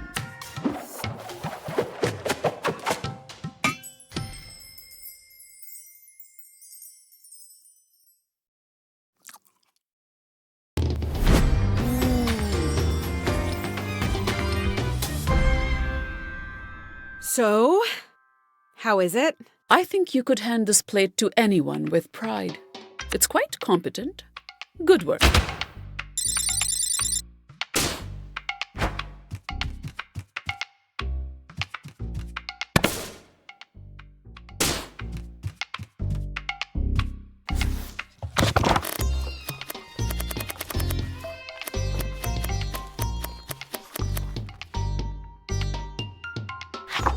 Let's make pomfret fish start.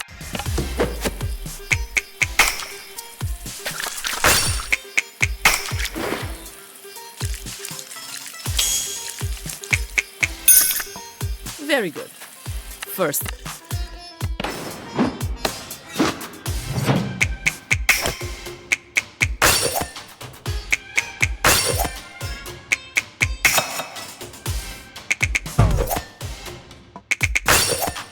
very good. What else? Pound some ginger.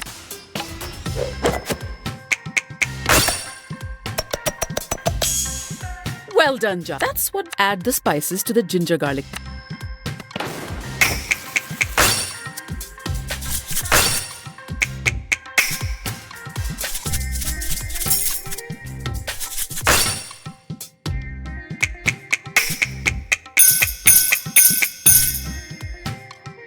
You won't complete. Really?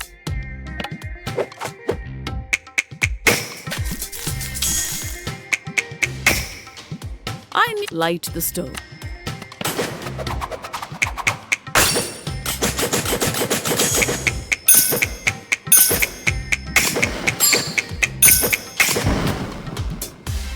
I've already given you now.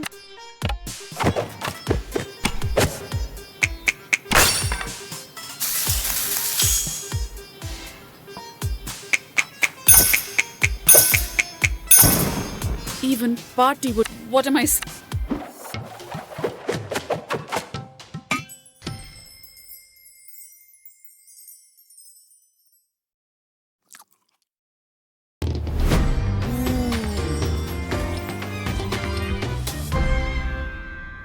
How is it, Emma? Crispy on the outs. So you're over.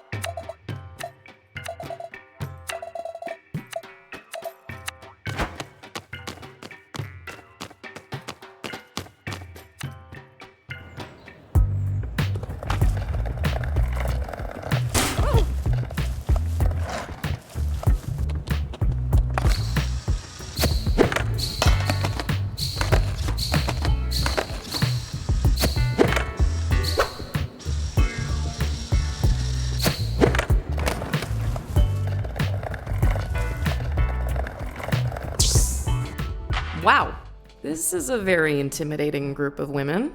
Jala, thank you for coming. I called you all because we need to talk about what's happening with these kids in town. You really picked Jala for this job?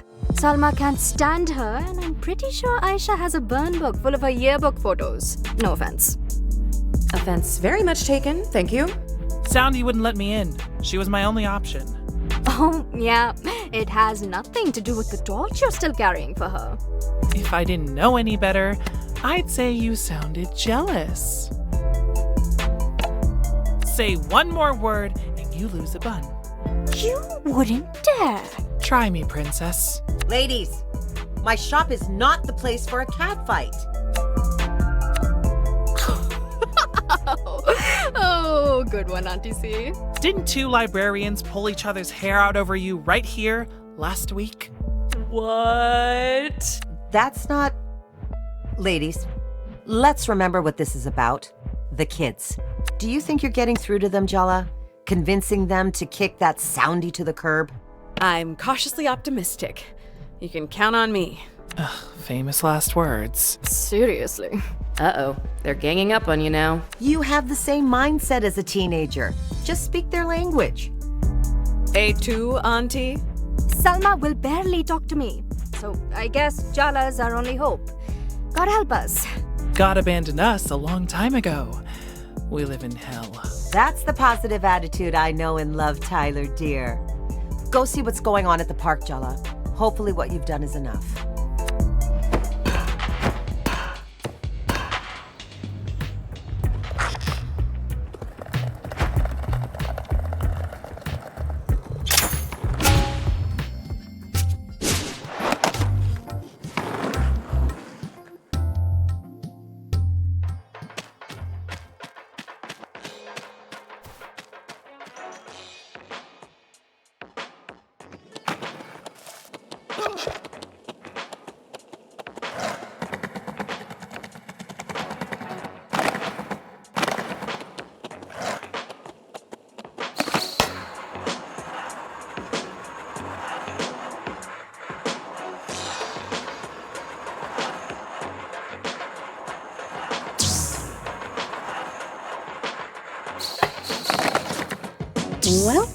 Well. I'm noticing a distinct lack of a certain bear/sleep paralysis demon. And a distinct lack of muskiness. If you're referring to Soundy, our very own Pied Piper of the Pacific Northwest, well, we're no longer under his thrall. We've removed his yoke from our necks. Our god is dead, and we have killed him. Oh god. Where did you put the body? Wait. Don't tell me. Jala. I don't want to be an accomplice. Don't tell me any details. Dude. God. Is it in the park? Did you bury his weird, musty corpse in this park? Yes! His synthetic fur now fertilizes the concrete on which we stand. Yes, exactly. The park hungers, Jala. Even now, it speaks to me. It must be fed. With blood. Your blood. Cut it out, Cece. We didn't kill anyone. Soundy is gone, though. At least for now. What happened? After our encounter, I got to thinking. Wanted to get some of the others' opinions. One chat later, and we eventually came to an agreement. Soundy was no savior. He was trying to sell us out just as much as the mayor is. He wasn't interested in us, or a better Timber Hills. Just what he could get out of us. He was a tyrant in bear's clothing. Well, that ego was his downfall. He might have talked big in his teachings, but our lesson is the only one that matters now. Soundy only had power because we let him. We're taking it back for ourselves. I'm really relieved. Maybe even proud. Ew. No, seriously. It's cool to see you all making the space yours. It's what I always loved about the skate park. It was my little world to escape to. The skate park legacy is in good hands. Oh, God. I think Donato is about to weep. No, I'm not. Is vulnerability a crime? I guess I'll admit, you were helpful, Jala. So thanks. Visit us again, if you feel like it. Well, I admit nothing, and definitely wasn't convinced by you, if Aisha asks. I only did it because I hate bears.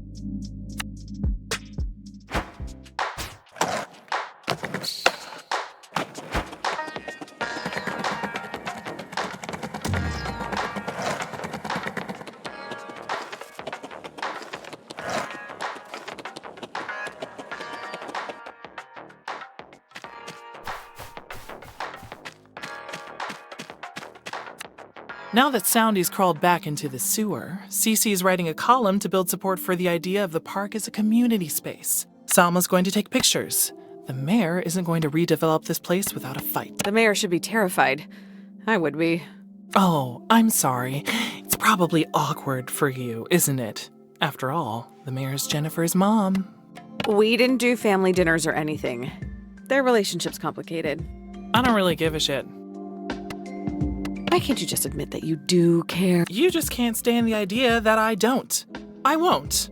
I refuse. I never should have asked for your help. The truth is, Jala, you're just a tourist. Nothing that happens here really matters to you. You can fix things or mess them up even more. Even if you do, you can just leave. You don't have to live with it. But I do. That sounded a lot like goodbye. That's because it is. I'm doing us both a favor. There's nothing to be salvaged here, so why bother diving into the wreck? Why don't we skip to the end? Save ourselves the inevitable disappointment. Tyler. Goodbye, Jala.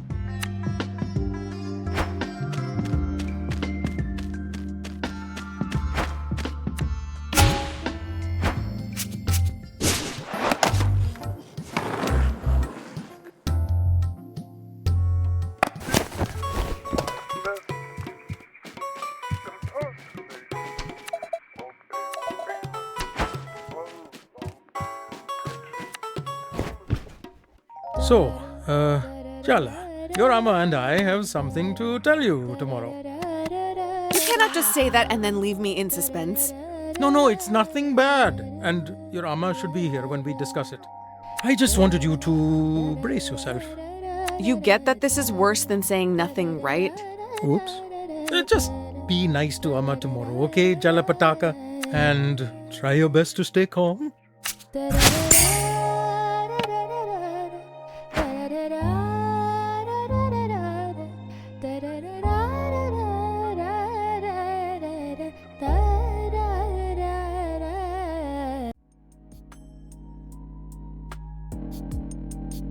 Let me get this straight. You've been meeting Jala every day for the last week? And you didn't have an emotional confrontation dripping with sexual tension, barely disguised as a psychodrama battle? What can I say? I don't like to follow the crowd. You really think you're better than us, don't you? Andale. No, they're right. You've said as much, Tyler, repeatedly. Wow, Irfan. Speaking up for yourself. I didn't know you had it in you. You think we're pathetic. You've made it pretty clear. Just be honest, Tyler. Honesty? You want honesty? Fine. I'm jealous, okay? I know I shouldn't be. It's not even about you. But she chose every one of you over me. I was never enough for her. Tyler. I am that petty. Is that what you wanted to hear? I'm still hung up on her, even after everything.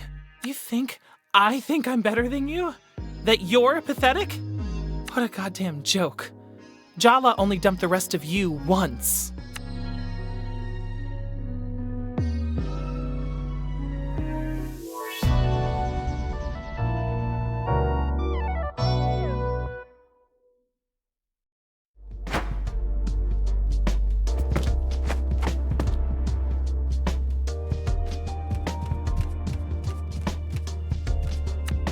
Jala, you're finally awake. I've already had 3 cups of tea, a walk, a long chat with the neighbor, and solved the cryptic crossword in the paper. It should be illegal to be so cheerfully productive in the morning. Fresh air and good digestion are necessary to any enterprise, even a criminal one. I always suspected she was a mob boss. Well, if the very concept of morning is too much for you, I don't know how you're going to face the rest of this conversation. Minnie? Wait, Dad was both cryptic and ominous last night. Umma's extra spicy this morning. All signs point to imminent disaster. Maybe you should drink some more tea, Jala. Maybe I should just assume the brace position. You know, like in a plane crash. Wouldn't be the worst idea. Arvind, my mother is coming to Timber Hills. We should move, change our identities, take up new lives as bean farmers in North Dakota. Good thinking. Pati considers anything larger than a public park dangerously rural. Thank you, Jala, for your supportive attitude. I knew I could rely on you. She swore she'd never leave Bangalore for anywhere with worse weather. Which rules out pretty much the entire Northern Hemisphere, much less the Pacific Northwest. We thought we were safe. Well, your Patti might not be the most traditional Indian grandmother. But she's still an Indian grandmother. Did you really think she'd miss her eldest grandchild's wedding? Yeah. Maybe we should have seen this coming. Speaking of which, Aruni's still avoiding you, isn't she? I've looked for her everywhere, but she's sneaky. You said I should give them their own space and that they'd figure things out in their own time. Well, I still think it has its merits. My mother's flight lands tomorrow, Arvind. Tomorrow! Had its merits, I should say. I fully agree. Circumstances have somewhat overtaken us. I'm putting an end to this nonsense. Jala, it's time to make Kiribat.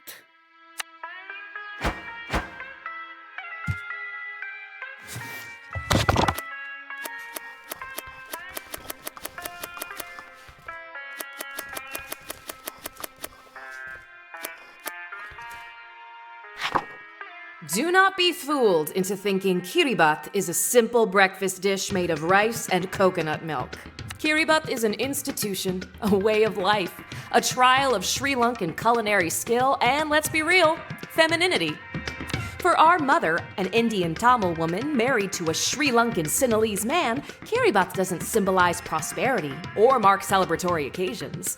Oh no. Each perfectly made dish is evidence that she cares, that she belongs, that she is worthy.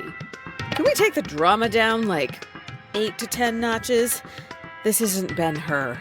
Hey, don't blame me when Ma takes you down with a spiked chariot. Are you daydreaming, Jala?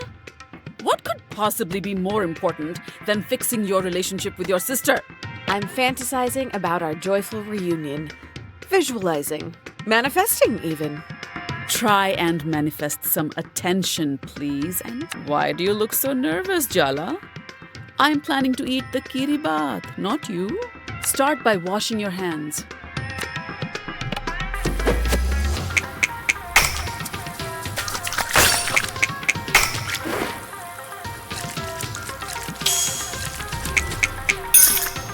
Very good. We will make Kiribat.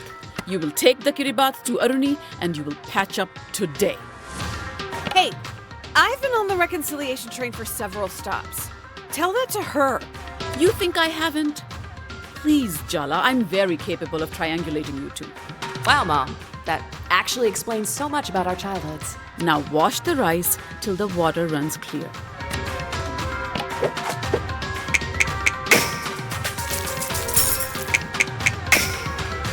Your Auntie Chandra would be thrilled. Then again, I saw her burn rice twice. Party can smell domestic discord, so I don't care if you two have to pretend everything's fine. Just put on a good show. That's all I ask. Don't worry, Ma. We won't let you down. Message received. That's all you're gonna say? Did you leave your spine in Jennifer's apartment? What do you want me to do? Confront her with all the trauma she spent 40 years repressing? If the other option is tiptoeing around her forever, I don't know, yes? Earth to Jala, hello? Shred the coconut, please. Today, if possible.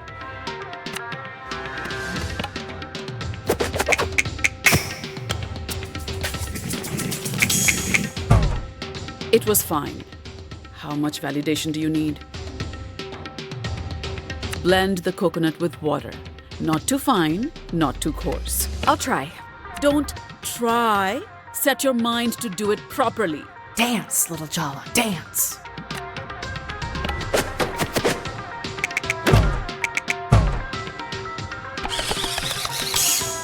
Not bad. Is that good enough? After fixing your mess with Aruni, I still have to clean the house, do the laundry, and cook Pati's favorites for tomorrow. Sounds like... No, we are not saying that. You need to stand up for yourself. Were you saying something, Jala? All right then. Now hand mix the coconut milk till it's silky smooth.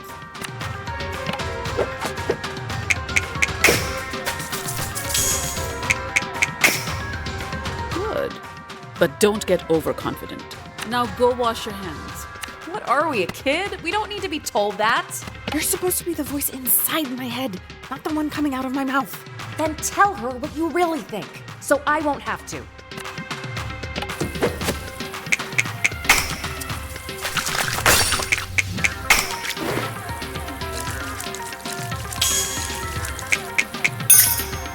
Very good. Now thin down the coconut milk with water and mix it with the rice. Oh, come on, really? Nothing to say, Jala? That's a change.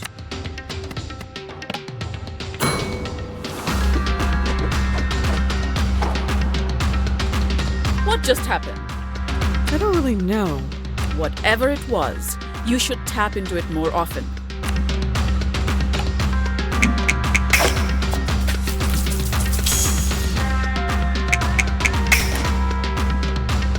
I really am an incredible teacher.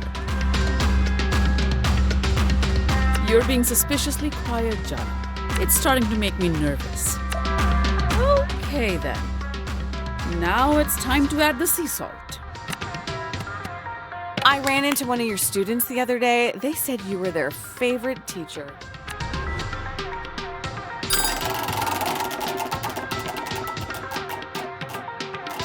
It's nice to have my efforts appreciated.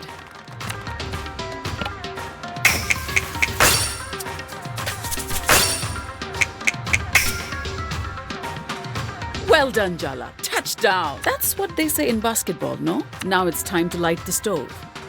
Say something, Jala. Tell the truth. Isn't it time?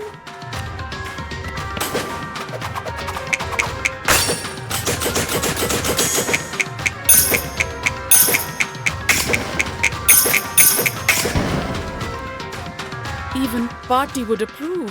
What am I saying? Jala. Just open your mouth. Oh, damn, the pan's hot. Pour the mixture in, quick!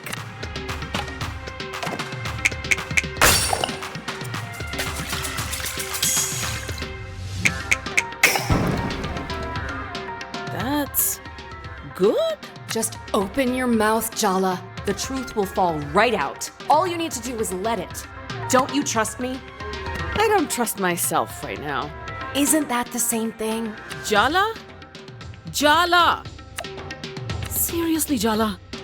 Cover the rice and let it cook in the coconut milk. Are you really giving me the silent treatment? Today, of all days. I say something wrong every time I open my mouth, so... That's more like it. Stir the rice before it goes lumpy, or we'll have to start all over again.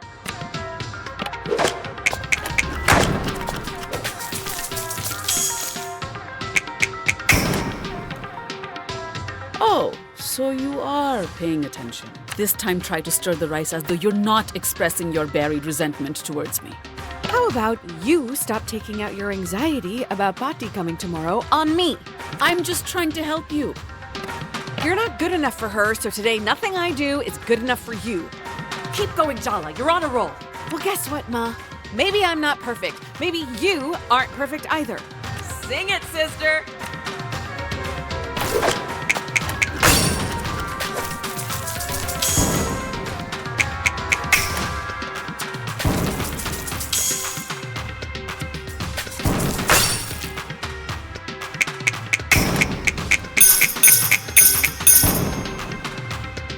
Very good.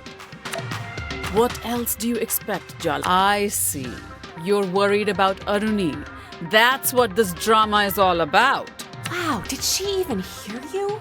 Are you going to let her get away with minimizing our feelings? You don't think she'll forgive you. You're scared to face her. Are we talking about me and Aruni, or you and Patti? You have no idea how complicated my relationship with Patti is, how hard it is for me, so don't presume. No, don't say anything. The rice needs to cool off, and so do we. All I'm asking for is a little empathy, Jala. No, you just want me not to show you up in front of Patti. Why can't you just be on my side for once? Why can't you be on mine? I'm always on your side, Jala. You're the only one who doesn't see that. Oh, Kiri baats should be made with love, not anger. So let's set this argument and the rice aside, all right? Are you really going to let her end the conversation like that? What gives her the right? Of course I'm not. I'm just working up to what I want to say. Don't think, just say it. I don't think that's very good advice. Coward. Let's start on the sambal while the rice sets. The richness of the milk rice contrasts with the sambal's heat. See, Jala? Everything has to be a balance. What happened to setting aside the argument? What? I was talking about the kiribat. Is she kidding us? At least admit it. I'm not stupid. Did I say you were stupid, Jala? Please stop overreacting to the smallest comment. I think you should focus on what you're going to say to Aruni instead of interfering with me and my mother. You've never actually talked about her. You just go into this frenzy whenever she visits. Not everything is easy to talk about, Jala. So let me get this straight. She's allowed to meddle in your life, but you can't even ask questions? Now chop up the onions. Roughly will do. They don't have to be perfect. We'll grind them up later. Ha! I handed you that one.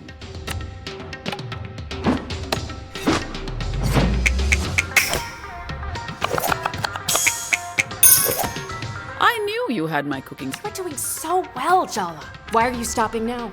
Just because she made a joke? I can't believe her. Stop swallowing it all down. You know exactly what you want to say to her. What you've always wanted to say. I can't. You can. Just spit it out. Sometimes you are just like your mother. Yes. Didn't that feel good? I feel kind of lightheaded. That's good, right? That's relief. That's release. That's catharsis, baby. Say something, Ma. Add the red chili flakes. More than you think you'll need. Sambal needs to be fiery.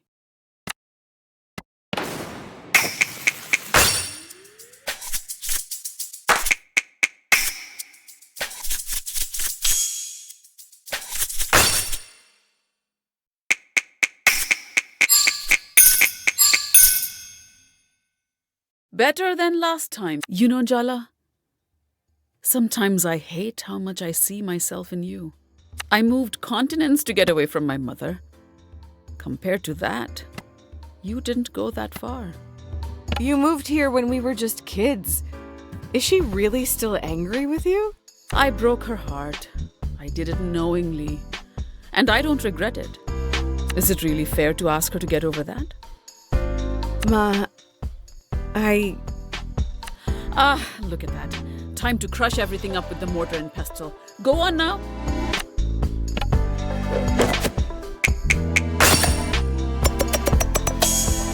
You won't completely embarrass me in front of Patti. You came back home. That's the important thing. And the last thing I want to do is drive you away again. I don't want that either. We'll work on it. Okay, Emma? Suck up. Just a few kind words and you roll over for her? I don't want you to feel like you have to run away from me, Jala. Can't you see she's manipulating you? Look at that. We're nearly done with this kiribat. And not too soon. Do you really think you fixed anything today? No way, you just papered over the cracks. Second to last step, add the cured tuna.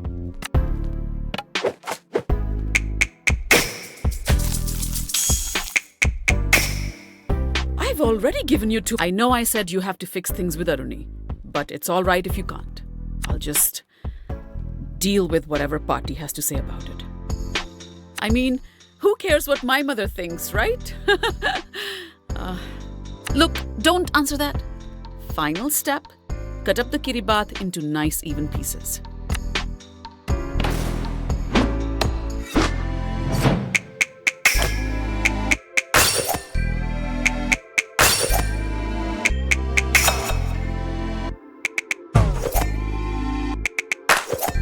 Sorry, was I supposed to praise your average performance? The moment of truth. Time to taste what you've made.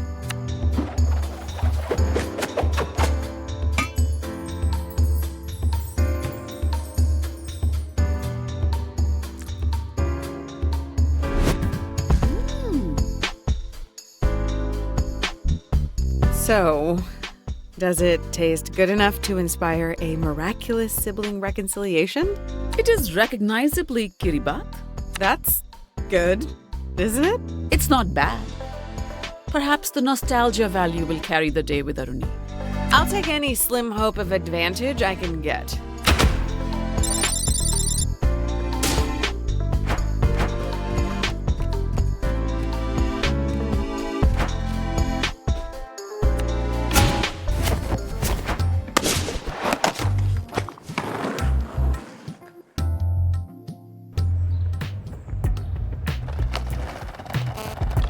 Indeed.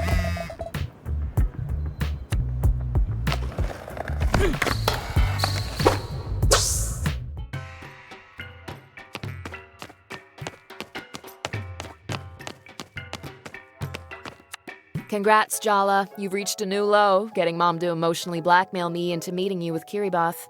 I actually expected better of you. Guess that's on me, huh? Mom sprung this on me, same as you. What a convenient story. Next you'll tell me we have to stick together in the face of parental pressure.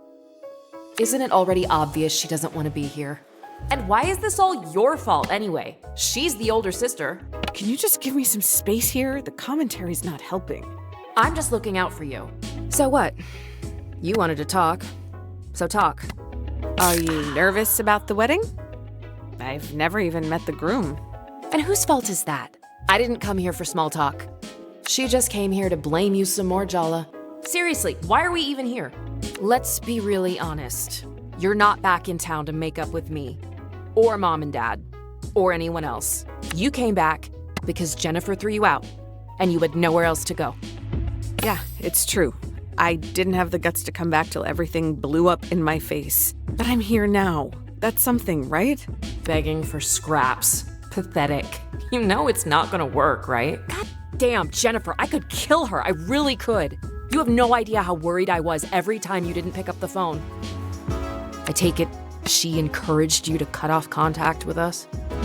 I didn't know how to explain myself to you. You all made it pretty clear that you blamed me. And Jennifer was so understanding. It was just easier to stop calling.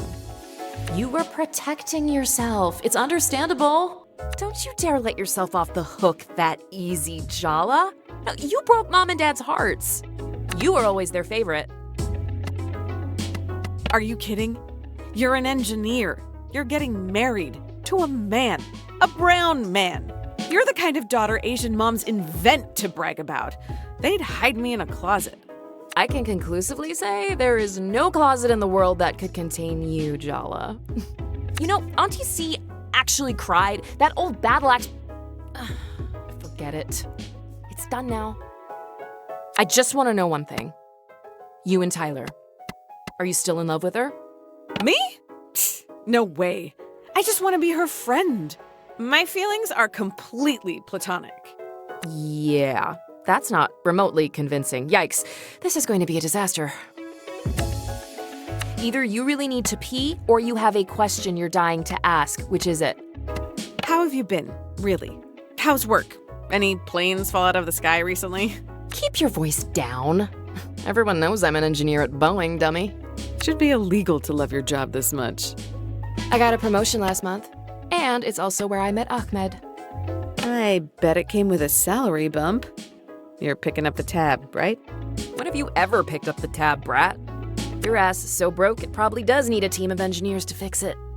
Okay, I hate her, but that was a burn.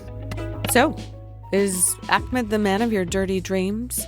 Are you in love? Is he good in bed? Yes, and you have no idea. You little freak. For some reason, he really wants to meet you and cares about your dumb opinion. He's actually nice and a good person whose soul hasn't been crushed by life. Try not to be a complete mega bitch when you meet him, okay? Promise. How can she say that about us? You're barely a deca bitch. A kill-a-bitch at worst. When I left home, you were pretty adamant that you didn't want to get married. And now, this. Does that mean you've changed your mind about having kids too? What if I have? Nothing. It's all good. Takes the pressure off me. Yes, my every major life decision is guided solely by its impact on you. Arnie, be honest with me. I need to know. Are we good? Good? Good? I hate you for not calling. I hate Jennifer for taking advantage of you. I hate Mom and Dad for not doing more. I hate myself for ever letting her near you. That is not on you. Isn't it? Isn't it? So where do we go from here? We both made mistakes. We can keep going over them or just move forward. I'll forgive you if you forgive me. Deal. Maybe she forgives you now, but do you think she'll ever really look at you the same way? Every time you make the tiniest mistake, hurt her feelings, say the wrong thing, it'll all come crumbling down. How long do you think you can keep up the perfect sister act, Jala? Do you even really want to? Deep down? I guess whatever happens between us, I can't stop being an older sister. I spoke to Tyler for you last night. Set up a meet. She'll be waiting for you outside the skate park. Don't thank me. Just promise me one thing. Stay celibate until my wedding.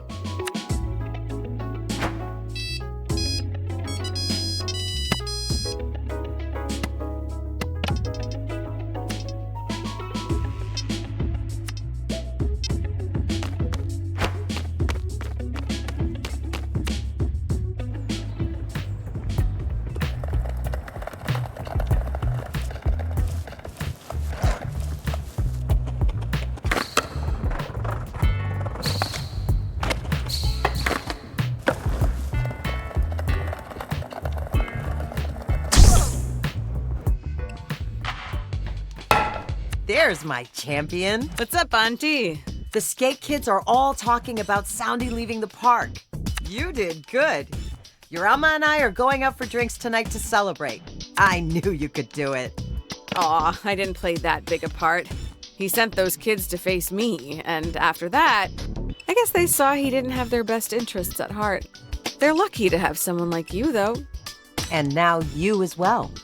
I see the makings of a great auntie yet. Maybe not that.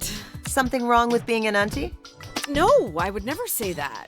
To your face. Well, hun, your next board fix-up is on me. Free. Isn't it always free? Who says I haven't been keeping a ledger? Stay on auntie's good side and you'll never find out. We should take that seriously. Personally, I wouldn't want someone with arms like Heracles threatening my kneecaps.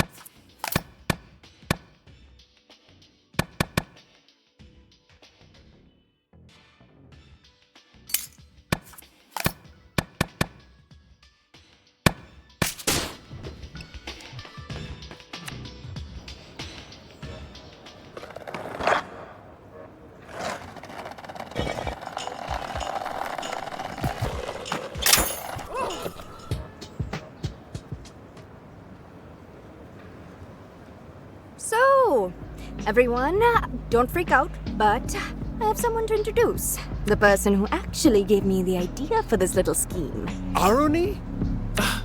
I should have known. Wait! I thought this was all my idea! Oh, sweetie, yes. That's obviously what they wanted you to think. But why? I didn't want all of you causing drama at my wedding. Okay, no. I refuse to pretend that secretly masterminding your sister's exes into messy confrontations with her is the low drama option. I needed to keep her occupied. I wasn't ready to talk it out with her. So you used us as distractions? Fine, I also wanted to torture her a bit. Maybe a lot. To know Jala is to want to torture her. Please don't make that sound like such a sex thing. Sorry. Fun as it has been to watch this drama play out, it's time to face what I've been avoiding. Your mom called you, huh? Threatened me, more like. What about you, Tyler? Isn't it time you two actually talked? No way. I am asking you as your friend. I mean, I like you more than my sister right now. Do it for me. Oh, your entire bloodline is cursed. I'm taking that as a yes. One of us! One of us! One of us? Oh, shut up before I change my mind.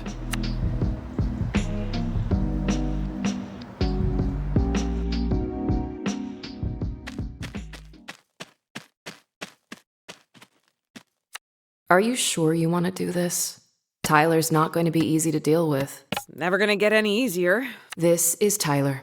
She's the first friend Jala made after our parents moved us to America. Her best friend. For a while, her only friend. Maybe that's the reason Tyler's always been a little possessive. Excuse me? Territorial? Oh, or how about proprietary? They fell in love when they were 14. They've been the on-again, off-again, grand queer romance of Timber Hill since then. The real mystery is why Tyler put up with the parade of hopeless losers, manipulators, and creeps Jala dated during their breakups. Low self-esteem, maybe? Is that what you think of me? And hello to you too, by the way. It's more like an intrusive thought I have now and then when I really want to wallow in my feelings of guilt. Oh, well, if that question keeps you up at night, I'll just let you keep wondering. You want to dig up the past, Jala? Fine. I guess some things just won't stay buried.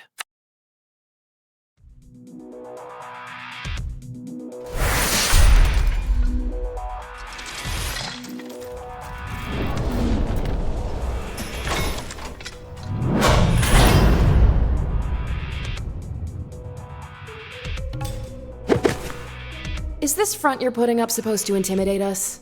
Oh, please. Wait, your bitchy, self-critical inner voice looks and sounds like Aruni? Guess you can see me as well as hear me in your inner world. Great. Of all the people to be stuck with 24/7, my older sister. Is there any point hating you when you're doing such a good job of doing it yourself?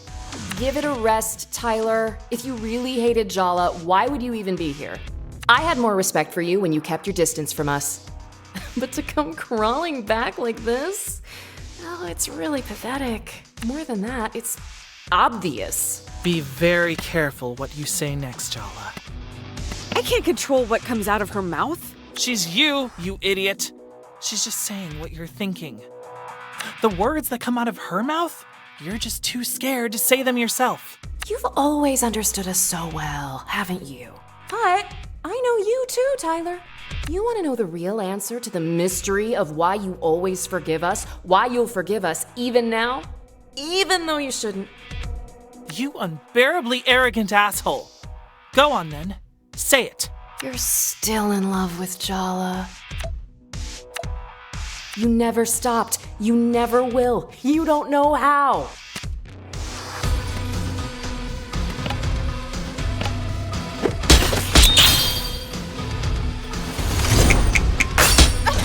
You made me feel like I wasn't good enough for you. That wasn't an accident. It was deliberate.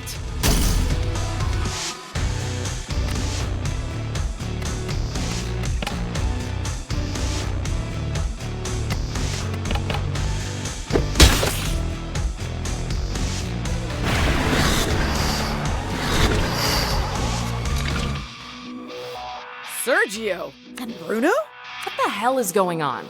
Hell is just right. Welcome to hell, Jala. My hell. The hell you put me through. Do you think she's planning to bury us alive in this graveyard of your past mistakes? Maybe she'll be merciful and kill us first. Oh, Jala. Don't be so silly. I want you alive. There's no use in tormenting the dead. And you have tormented me, Jala. Everywhere I look in this town, I see the after images of us. You're tangled in my past. You linger in my future. No matter what I do, I can't escape you. You haunt me, Jala. Now it's my turn to return the favor. Bro! You're back! I was so bummed you left town. Yeah, bro. This lame town just couldn't handle my awesomeness. I had to split because of my secret trauma, you know? That's deep, man. Women love secret trauma. I know. That's why I made some up. Wow! You're like a genius, bro! You barely know Bruno, but we went to school with Sergio since the 3rd grade. Were you really not paying any attention? I can't be expected to pay attention to the grunts they make in between guzzling protein shakes. I followed you around like a little puppy dog. But you never really loved me, did you? I guess I made it too easy for you, huh? Pathetic, isn't he? But was I any different to you? How can you even compare the two of you? Sergio was barely even a real boyfriend. Ouch! That really hurts. And I was real to you. Until I wasn't. It just took longer. You have this way of dismissing people when you're done with them. I should have realized all the way back then, if you could do it to him, you could do it to me too. Looks like Tyler's determined to resurrect the ghosts of the past. They're the shield she's using to avoid her real feelings. Put them down so we can get to the truth.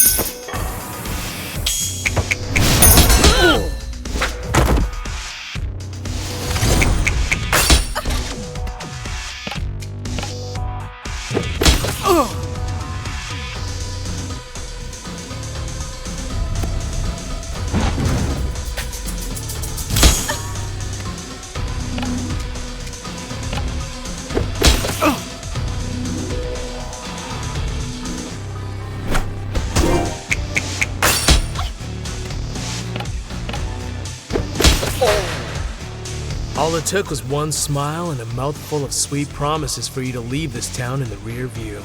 You didn't even really want me. You wanted to escape. Your parents, Timber Hills. And me. How was it so easy to let go of everything we had? You knew me. He didn't. That was the appeal.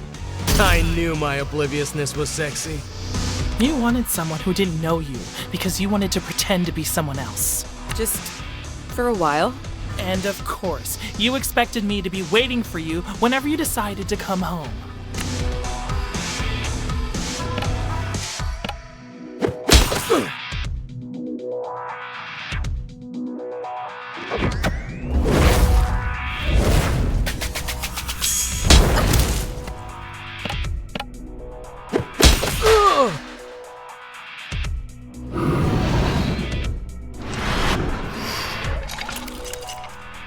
Hello again, Super Freak. I really love what you've done with the place. Don't call me that. I had so many nicknames for you back in school, remember?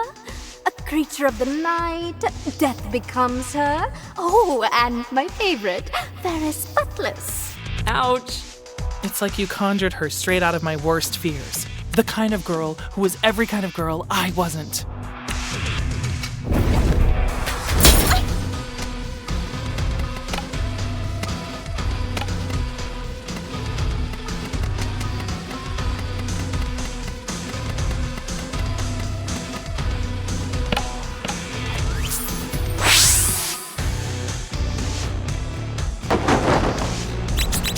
She hurt you, didn't she, Jennifer? Isn't that what people in love do? Hurt each other? Bullshit! Don't deflect!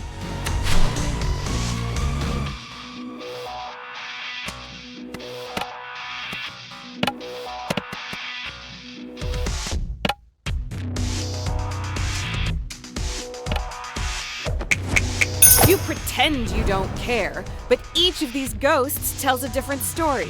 Makes sense that Tyler would make the hottest ex a manifestation of her irrational jealousy. You, the hottest one? Please! Ladies, you're both pretty, okay?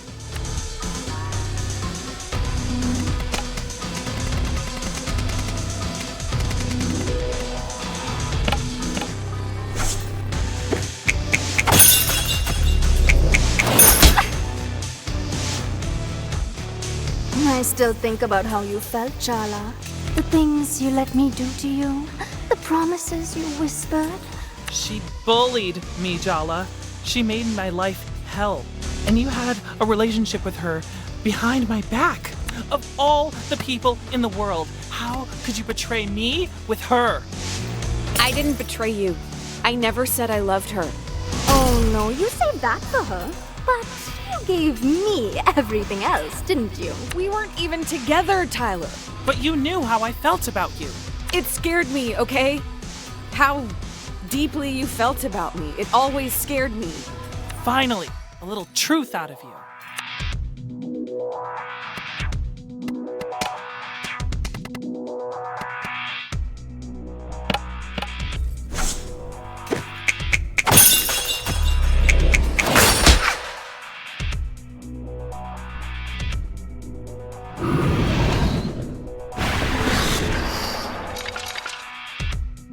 So sorry, Tyler. I didn't mean to hurt you. Why do you always look at me like I'm about to bully you? Spare Shahrukh. He's innocent. I'm the one at fault. I will bear my guilt for eternity. Come on, Irfan isn't that weepy and Close enough. The entire school found out that you cheated on Tyler with me. It wasn't just a betrayal. It was a humiliation.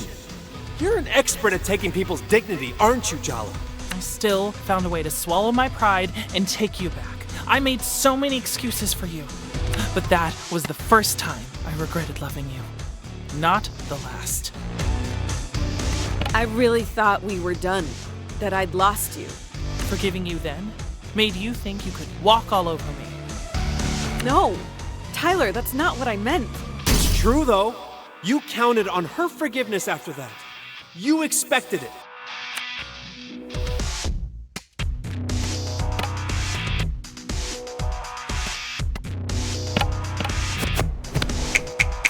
Irfan's the town auntie's choice, not mine. Wow! Hurtful.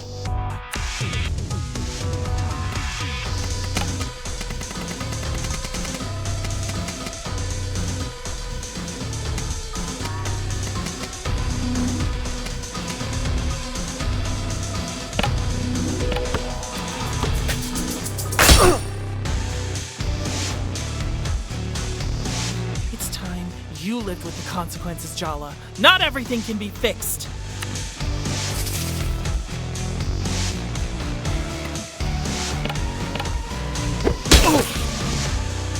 I know our relationship was collateral damage in your little self-implosion 3 years ago. But seriously, what was so wrong with your life that you had to blow it up? I could see my future all laid out, and I just didn't want to be that person anymore. You didn't even break up with me face to face. You called me from a payphone to tell me you'd fallen in love with someone else. It's not the betrayal she couldn't take. It's the disrespect. I mean, Jesus, Jala. You called collect.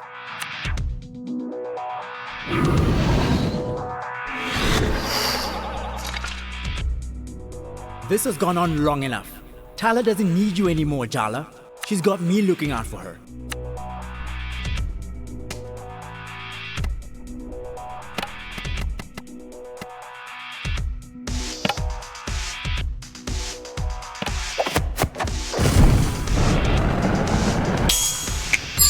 I only pursued Andale because I was jealous of the two of you. I knew that already, but it still hurts.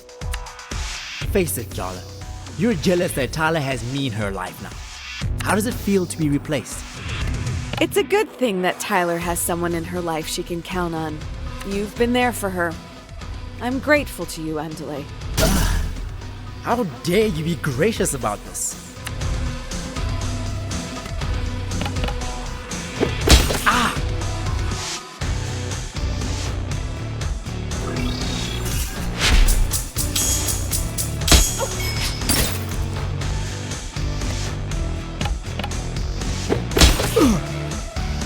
Ugh, here we go.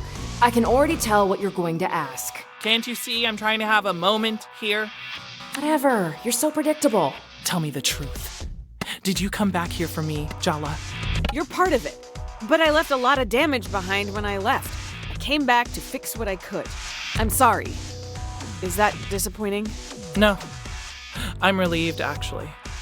Maybe we can work out a way to coexist without being the center of each other's worlds. I mean, really? We were a complete disaster together, weren't we? It'd almost be funny if I didn't still want to cry every time I look at you.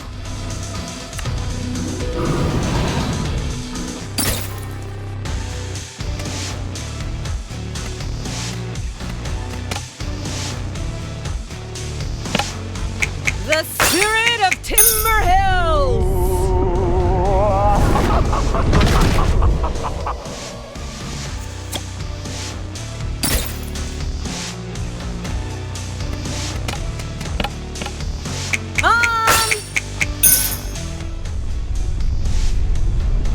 Oh, Tyler! Hi, Muggle. Is Jala causing you trouble? Oh, no, Auntie. Everything's fine. All right then. Jala, be nice. You're lucky that Tyler's even talking to you, you know? I gave you my heart, Jala, and you ate it whole.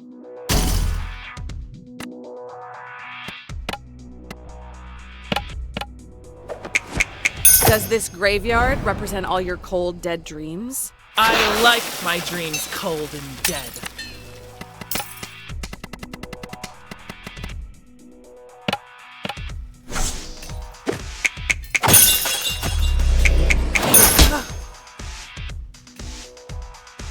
Aren't you both tired of all these half-truths and evasions? As usual, it's up to me to do the dirty work. You want to know who she really is, Tyler?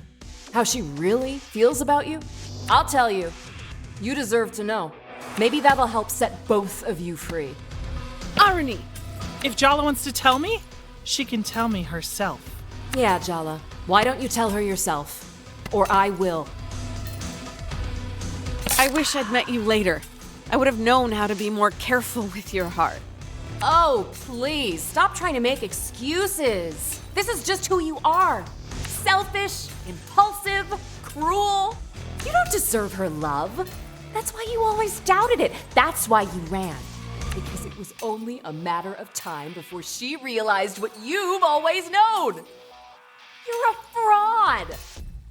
Hey, stop it! Don't talk to her like that. I'm her. Don't you get it? I'm inside her head. Arnie, please, stop it. You want to know the real secret? What we know that you don't, what we've always known. You never loved her. Not the real her. No one could.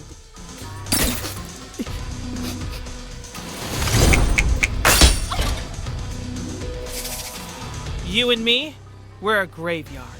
Everything that was living is now dead. All that's left are ghosts. Auntie!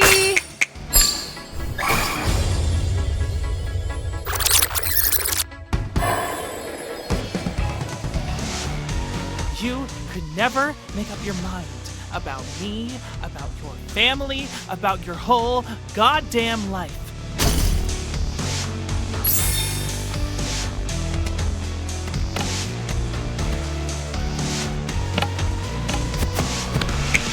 I was always envious of you. You had it all figured out. Oh, yeah, Jala. It's so easy being me in this white cis hetero world.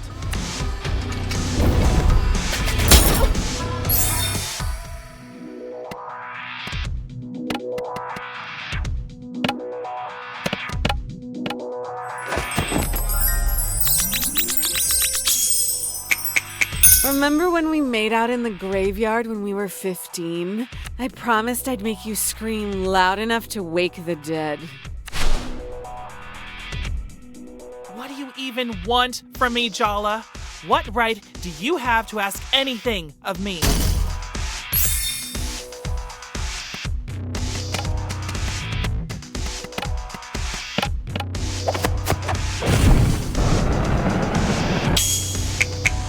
So what?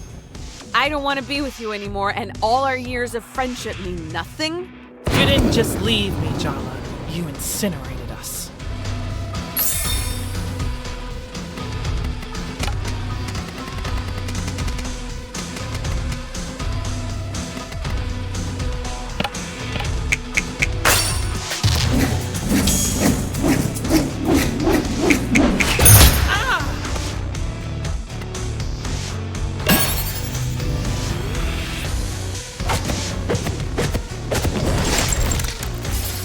What we are, it's more than romance. I mean, screw romance. That's the least of what I feel for you. No, please. Stop. I'll start getting ideas. I can't forgive you for breaking my heart. I don't think I can ever trust you with it again. But I wasn't just your ex. We were best friends. You're my family. That part of me will always love you. I loved you, Tyler. I know I made you doubt it, but what I felt for you was always real. No more ghosts, okay?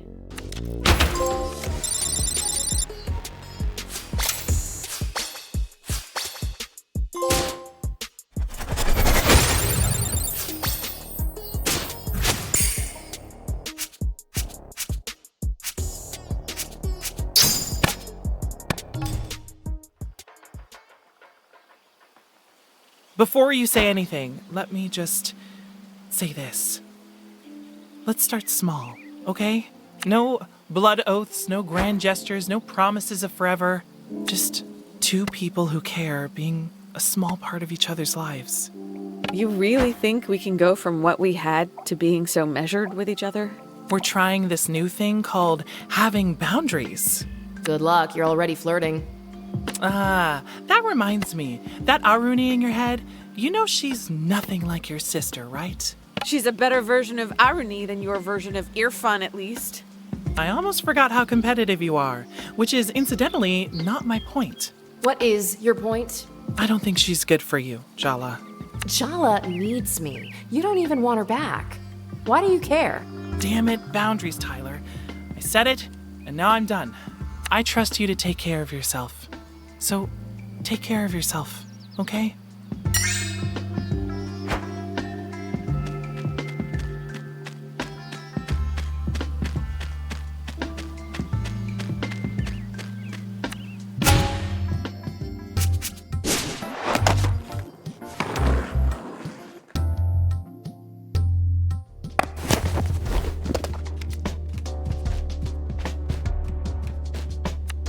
Are you done for the day?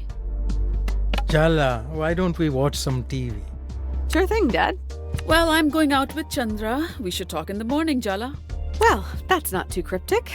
Night, Jala.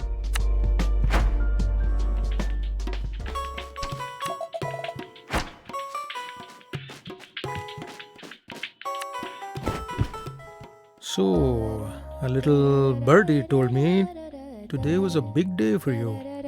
It's me. I'm the birdie. Auntie, you're here? Uh-huh. Rukmini overdid it with the cocktails tonight. I brought her home safely. While I was here, I thought I'd help my little brother cope as well. Or you never cook and you came to raid my fridge. Leftovers and coffee would go so good with all the tequila inside me. I'll admit, it's strange to see you rattled, Daddy. Ah, what a lifetime of thinly veiled resentment from an in-law can do. That's not very fair, Chandra. It's not thinly veiled. Speaking of nerves and complex relationships, Tyler and Aruni, well, we don't have to talk about it if you don't want to, Jala Banana. I don't really know where to begin. It's a lot. Well, how are you feeling right now?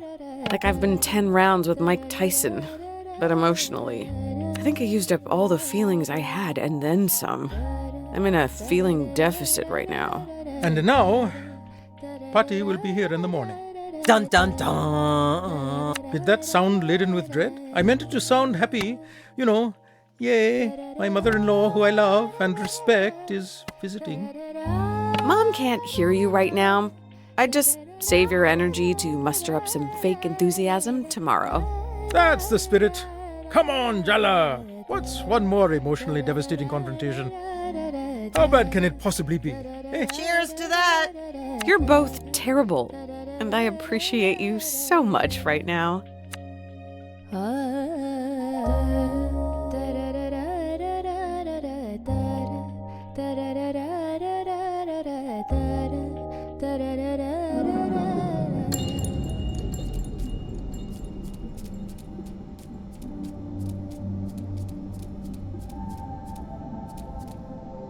Jala, I'm sorry. I know I went too far yesterday. I took over, I made you say things you didn't want to say. I shouldn't have done that. No, it's my fault. I've let this go on too long. I need to let you go. Oh, just like that, huh? After everything I've done for you. You think if you cut me out, you'll be whole? You can push me down so deep that you can't hear my voice, but I'll still be there, waiting. In the dark. I'm part of you. How can you just abandon me? Deep down, you want this too. Jala, don't do this! I'm scared. You're the part of me that couldn't forgive myself. The mistakes I made, the people I hurt. I pushed them onto you. I couldn't live with myself, so I had to invent you. You needed someone to blame. I never resented you for that. You're not a monster, and neither am I. You've carried the burden of my responsibility long enough. I can take it from here. Thank you for everything you've done. You're a part of me. You'll always be a part of me. Stop blubbering and just do it, Jala. All this sentimentality's giving me a headache. I couldn't have hallucinated a better sister. Goodbye, irony. Goodbye, Jala.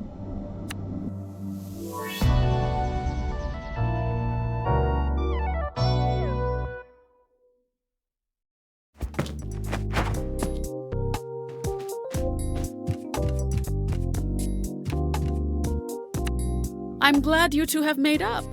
We were ordered to. Now that's exactly the sort of comment your grandmother will pounce on. I'm asking you to be on your best behavior. I am begging you. Can you both please do this for me? Bhakti's our grandmother. Can't we just be ourselves? For once, I agree with Jala. The world must be ending. This is not the time for this discussion, girls. Why not? Because she's here.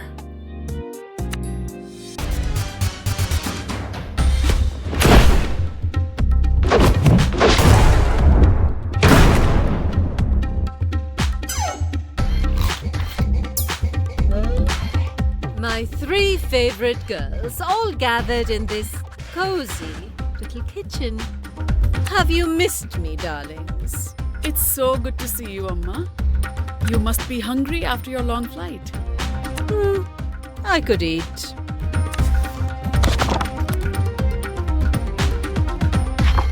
How about I make parathas for lunch, Amma? You've been telling me how much Jala's improved her cooking recently. How about you show us what you've learned from your mother, Jala? But, Amma... Don't tell me you don't even trust her to make parathas, Rukmini. What do you say, Jala? Mom's been really patient with me. I'm sure I can manage parathas. Well, you have confidence at least. I hope you're not going to disappoint us. Of course she can make parathas, Ma. I'm so glad I came home for this. It's not uncomfortable at all. Stop making silly jokes, Aruni. Bhakti might misunderstand your strange sense of humor. Oh no, I understand it perfectly. Do not embarrass me, Jala. What are you mumbling over there? I was just asking if Jala washed her hands. A grown woman like her, you need to ask. Surely you know to always wash your hands before you cook, Jala? Of course I do. I'm an American, not a heathen. See, Rukmini, you have to stop babying your children. How will they develop any independence? Yes, Ma.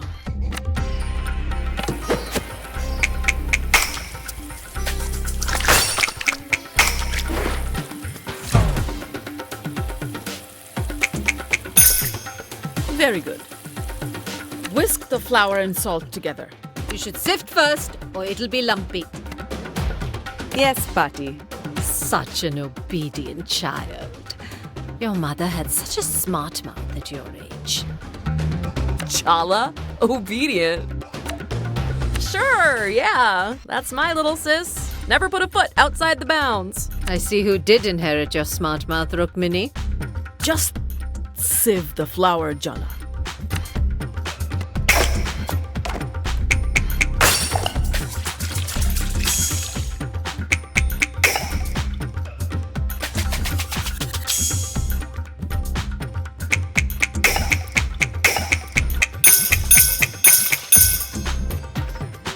So, Aruni, you're following in your mother's footsteps and marrying a foreigner. His name is Ahmed.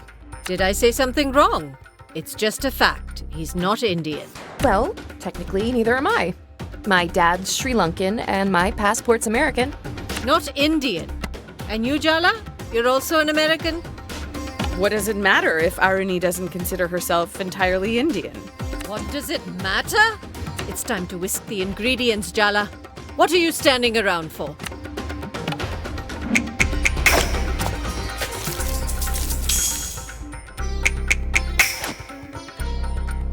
I warned you, Rukmini. If you take these girls to America, they'll be ruthless.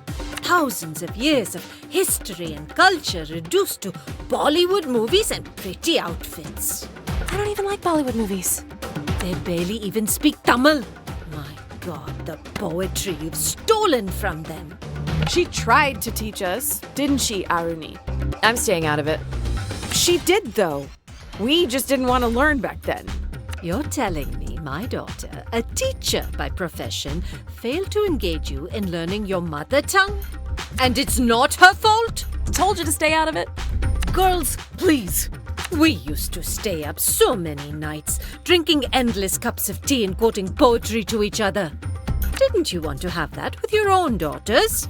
Don't tell me you don't grieve the loss of it. Time to incorporate the oil into the flour, Jala. Huh. You haven't changed at all. Fine. Avoid the question. The technique's important here, so be careful.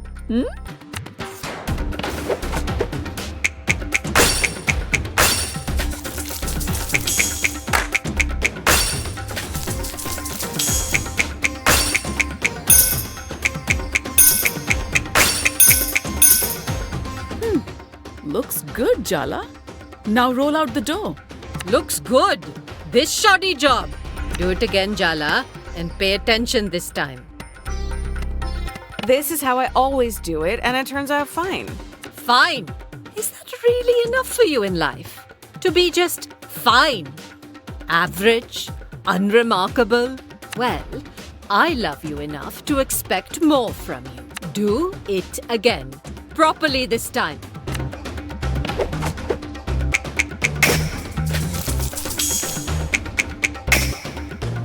Now we wait for the dough to rest. No. You just stand there.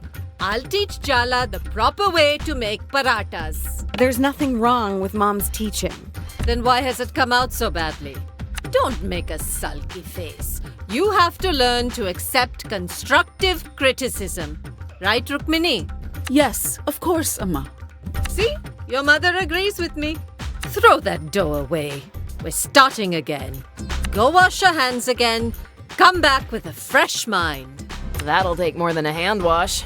Thanks, Aruni. What a helpful remark. It's just sisters bickering. What are you fussing about?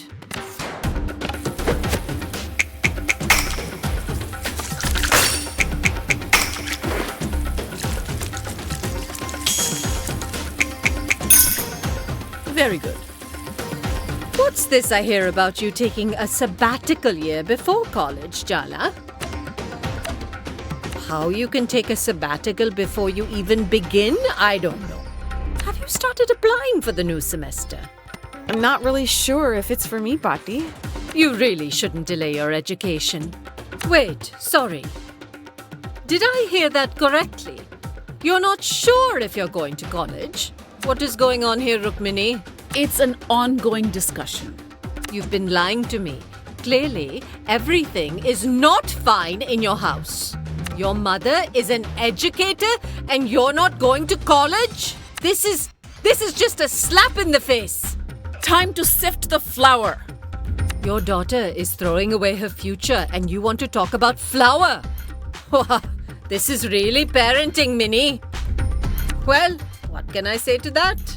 Sift! Sift, Jala!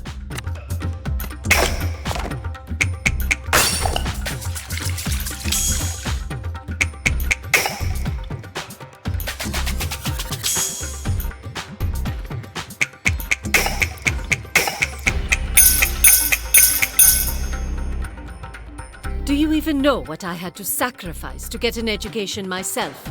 To get my daughter educated? She could have done her post-graduation, done a PhD, used that brilliant mind of hers. Instead, she threw it all away to marry that man and become a teacher here in this backwater American town. That man is my dad. And what's wrong with being a teacher? Nothing, if that's the highest you can reach. You don't even know how smart your mother is. What a waste of her all this is. I made my decision a long time ago, Amma. And believe it or not, I'm happy. Do you have any other choice but to pretend to be happy? Add more salt, Jala. You're being too tentative.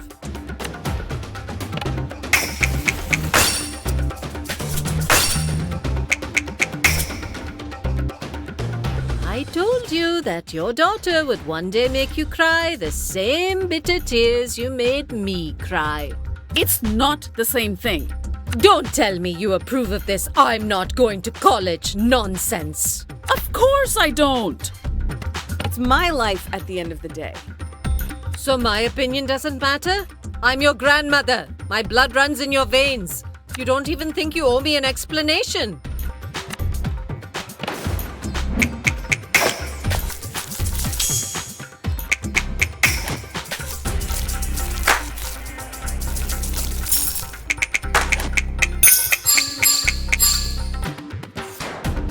Go get some yogurt, Jala. It makes the dough softer. I don't do that anymore, Amma. Fine, just mix it as it is. Who cares how it turns out? You've obviously given up on teaching your children anything. Aruni, Jala, do not say a word. Jala, mix the ingredients. It's nearly lunchtime and there's still a lot left to do.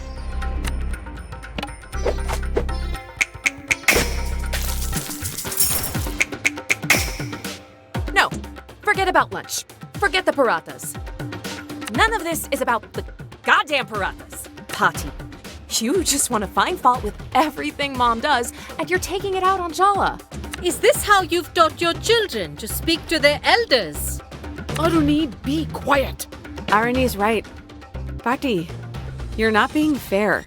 Oh, so now I'm to be judged by a child. No, Ma. I told you to be quiet. We're standing up for you, Ma. What have you been telling these girls? That they think I'm so terrifying? You need protection from me, is that it? I don't know what's gotten into them. They're not usually like this. You're the one who's completely different whenever Pati's around. Oh, I understand now. You're all just one big, happy family. I'm the outsider. Is that it? How could you be an outsider here, Amma? Aruni's just stressed about the wedding. Don't take it to heart. This isn't Aruni's fault. Don't get in the way of Mom throwing me under the bus, Jala. Clearly, I'm the villain ruining this cozy domestic scene. Amma, no, please don't. You want to make me the villain? Fine, I'll be your villain. I was born to play that role.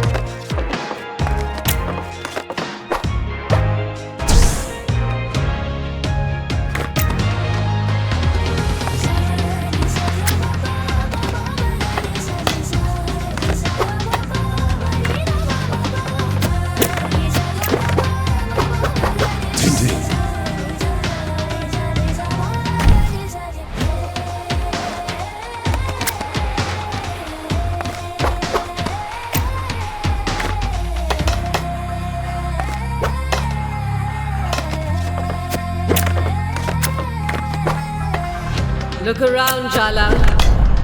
I exploded this domestic dream because I want to wake you up. Look around, Jala.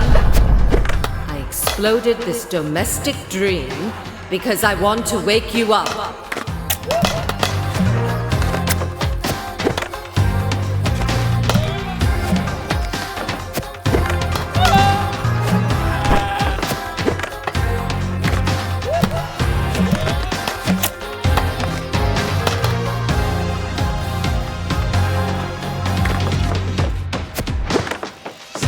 Don't you dare sleepwalk into this life.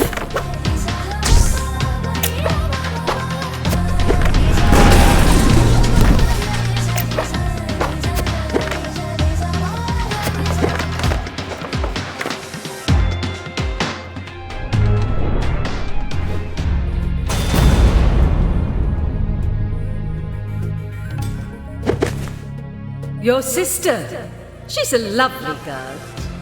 Mediocre, just like your father. No ambition. But you, Jala, I see myself in you, just like I saw myself in your mother. I failed her. I'm not going to watch her make the same mistakes with you. I'm not another chance to fix whatever you think went wrong with my mom. I'm my own person. Perhaps you should consider that with age comes wisdom. I can see how this little story plays out for you. I've seen it so many times before. Don't misunderstand, Betty. I'm not doing this to be cruel. I just want you to fulfill your potential. You have fire, Jala. People like us, we need to be pushed. We need to be tempered. We were born to burn.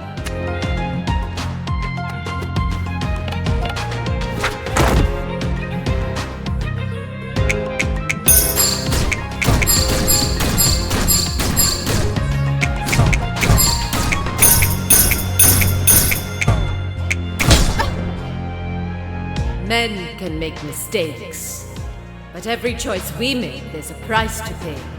You have to bargain with the world for what you want. So what do you want, Jala? Really? And what are you willing to give up?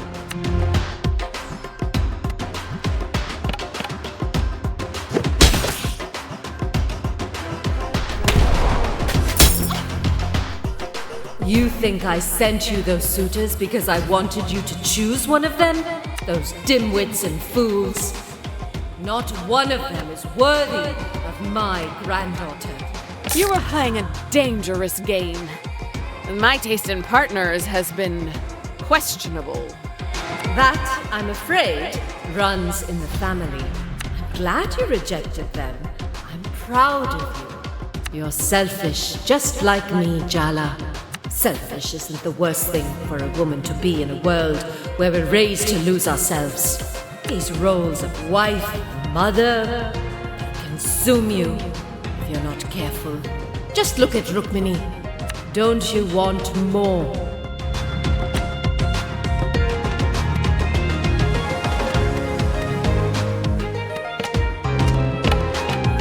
Auntie!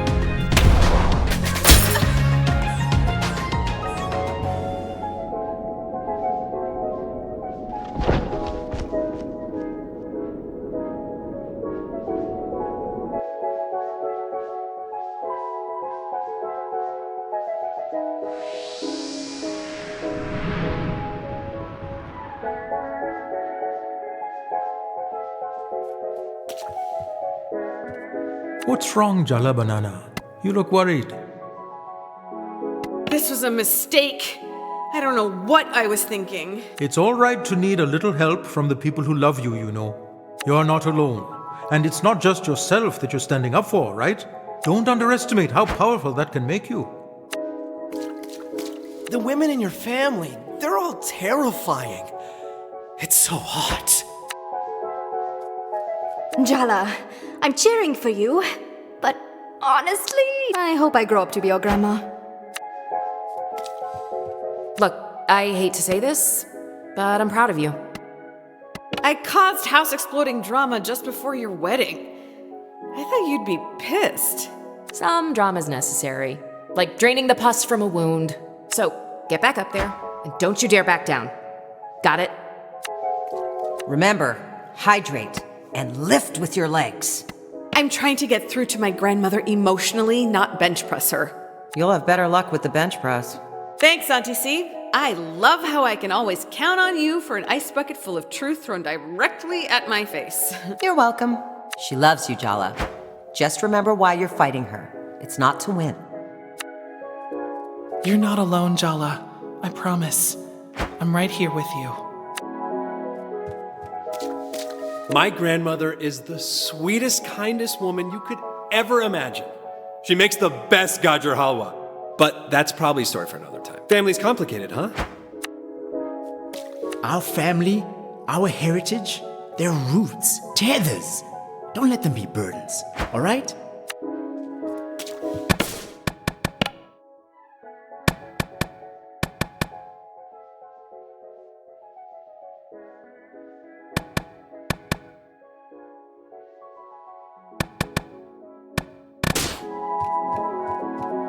You know, my mother's not wrong. I never thought I'd leave India before I met your father. Do you imagine what your life would be like without Dad? Do you wish it was different? It's hard to see anything else but the life I have now. I stopped imagining other lives a long time ago. Isn't it better to focus on what is? Maybe. That's why sometimes what my mother says is hard to hear. Don't do this, Jala. Don't fight her. You won't win. I've never seen you back down from a confrontation before.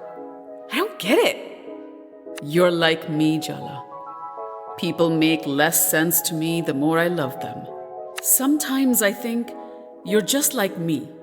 And other times, I don't know you at all. You'll only get hurt if you go back up there, Jala. Just give it up.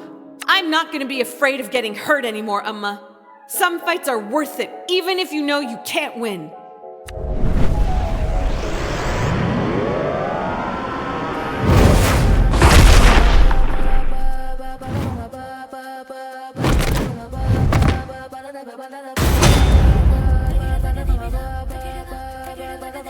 Well, this is certainly a nightmare of intergenerational trauma, from which we devoutly wish to wake. Tyler? What are you doing here? What do you think? I'm here to help you, dummy. I just said goodbye to the last voice in my head. I don't think I'm ready for another one. Nah, don't worry. This is just temporary. Are you really in a position to be refusing help right now? No.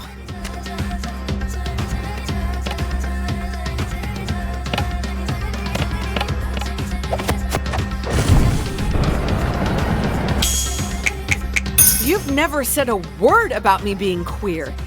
That doesn't feel like acceptance, Bhatti. You're just pretending a huge part of me doesn't exist.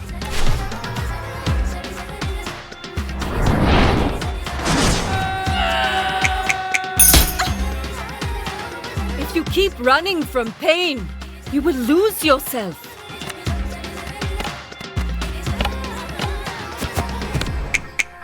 Your love isn't motivation. It's sabotage.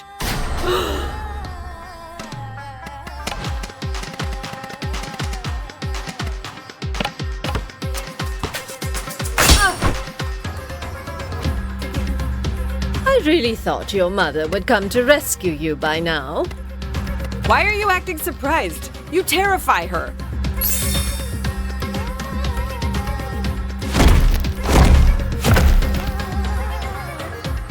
Ooh, I finally get a chance to do one of these narrator intros. As other grandparents succumb to the ravages of age, Pati does yoga every morning, has all her own teeth, and can hear someone whispering gossip from across a crowded room. I've always suspected Pati absorbs life force from the people around her, like a vampire, but for other people's failures. So what, you're recommending a stake through the heart? Yeah, metaphorically. Are you mumbling to yourself, Jala? Didn't your mother teach you any manners? When an elder speaks, you should listen!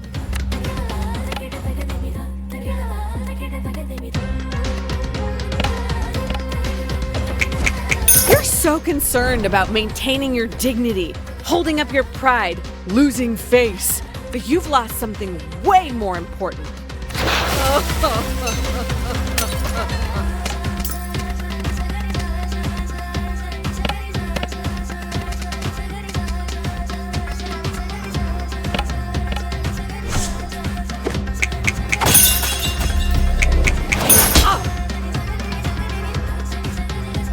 Do you think I want you to get married because I'm sentimental about it? No. My husband was a self-important, narrow-minded alcoholic. I'm supposed to be sad and lonely now he's dead, but I'm not.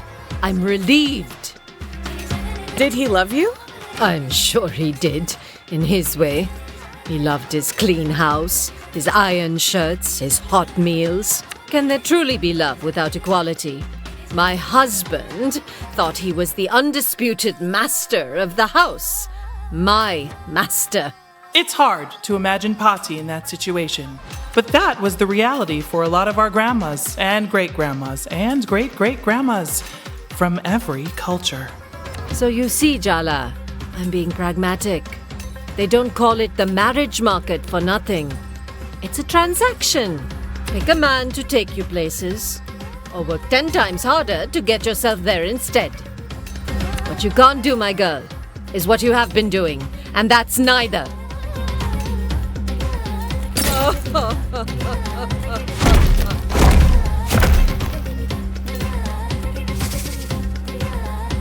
You resent me.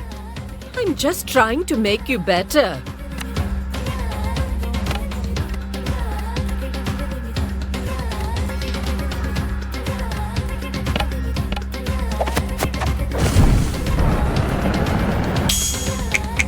You favored Aruni as a kid because she was fair, and you dropped her when I started doing well at school.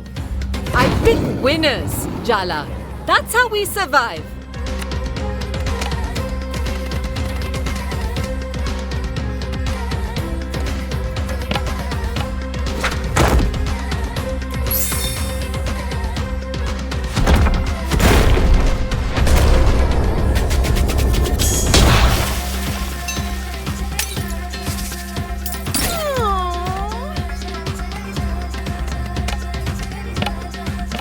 Auntie!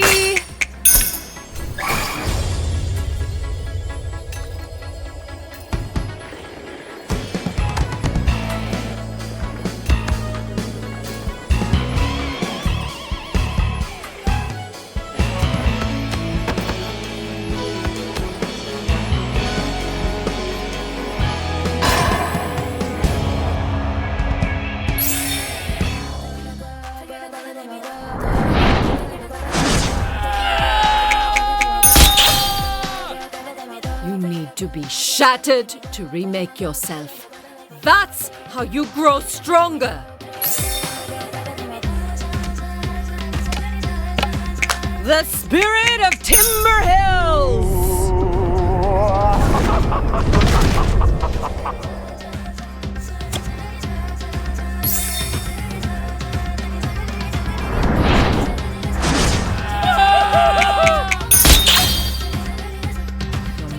Your passion, your effort, you spend them all here, but you'll never be one of them.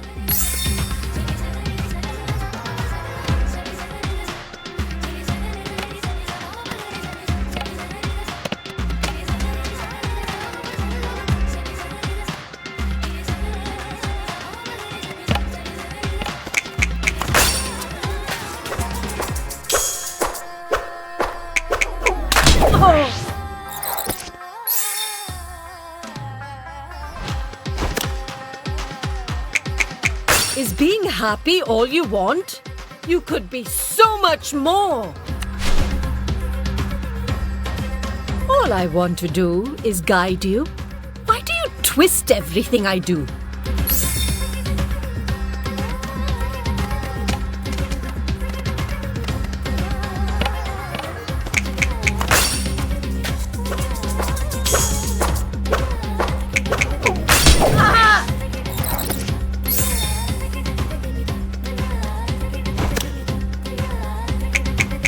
It's all been too easy for you. That's why you're so lost.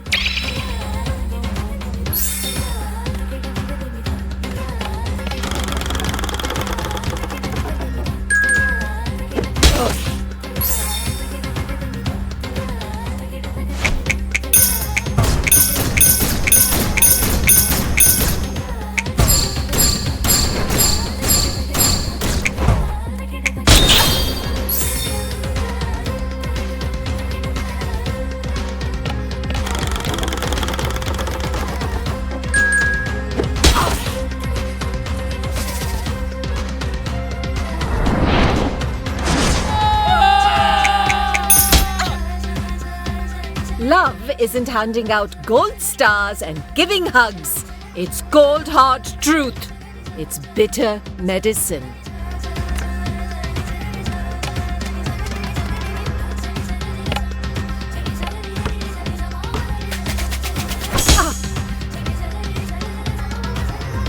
Have you ever thought the reason you've never truly felt at home here is because you're not? That maybe you're struggling to find yourself because you're looking in the wrong place? Well, what are you saying, Bati? I'm saying that part of yourself you feel is missing, you won't find it here. Come back home to India with me, Jala. Restore what was stolen from you. This isn't a spur-of-the-moment thing. You've been planning this. It's the real reason I'm here, Jala. Oh, your sister's wedding, blah, blah. But your mother, your sister, they're beyond my help. But you still have a chance. I came all this way for you, Jala. What would I even do in India? You'll never know until you try, I understand you, Jala. I accept you. You belong with me.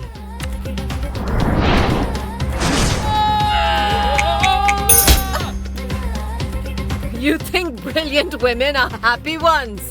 Oh, Jala, don't be so naive.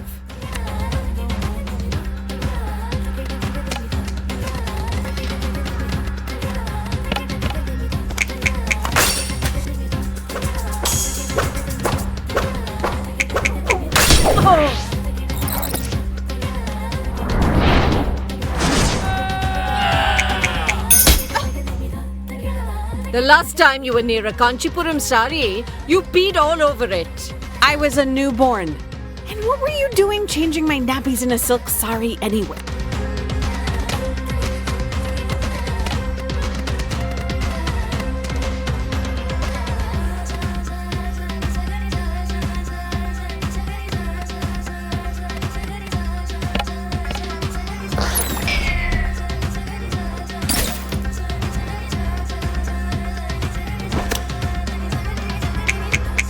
You think you can pretend your way into the world as you think it should be?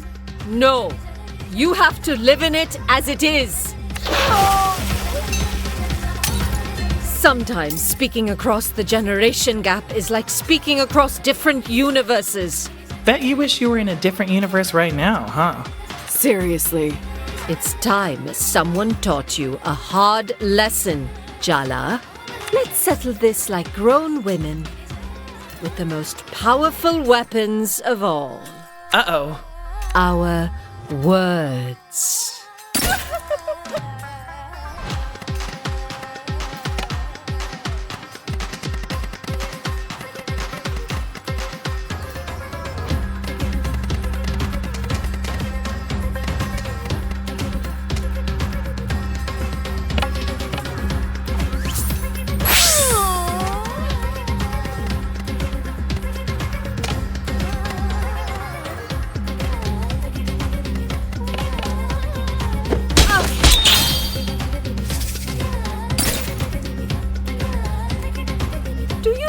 how hard I had to fight for my education, to get my daughter educated. And now your family wants you to go to college, but you throw away the chance? I get it. The world was unfair to you. But that doesn't mean it's right for you to live out your ambitions through me. You disrespectful, ungrateful, selfish little girl! You know nothing! A teacher's daughter speaking like this. I knew Rukmini failed in her profession, but looks like she failed as a mother too. Don't say that about her!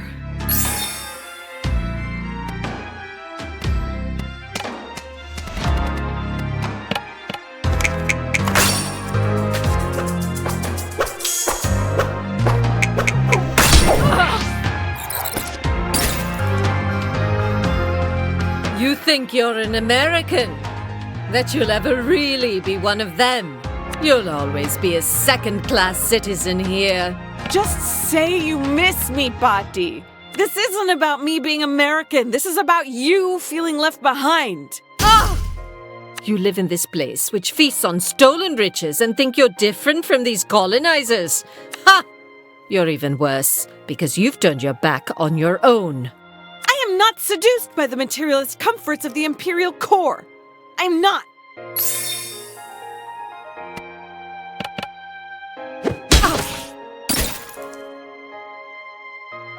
I can accept it if you don't want to get married, Jala, truly.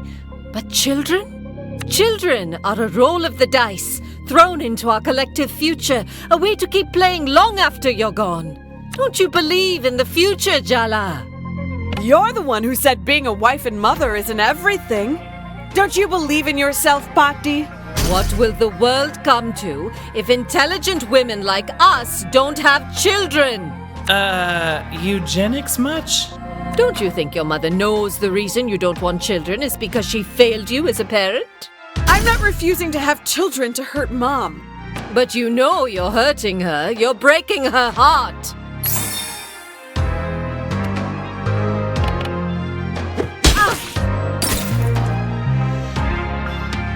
You think you're protecting your mother from me?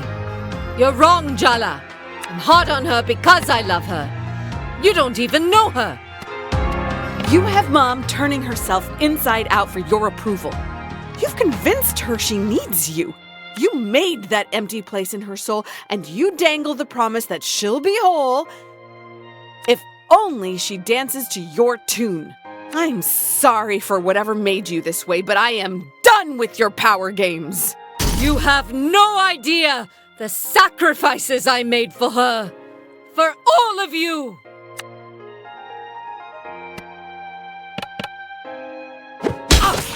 You want the truth, Patti? Jala, maybe you should calm down. No, it's time someone actually stood up to her. You know what, Patti? I hate you. You... What? I hate the way you talk to Mom. How you look down on Dad. How you dismiss Aruni. You're cruel. You passed that cruelty to Amma. And it's in me, too. I always know exactly how to cut someone down. Make them smaller. I'm so good at hurting people. It's like there's this monster inside me trying to claw its way out. And you put it there. You made love something I was terrified of. I hate how much power you have over me. Over Mom. Over us. Stop it. Did you feel that? I hate that I love you, Patti. I hate that I can't stop. You came here and you turned our family into a battlefield. But this isn't a battlefield. It's my home, not yours. You... How... Jala Jaratne, it's time to call your mother.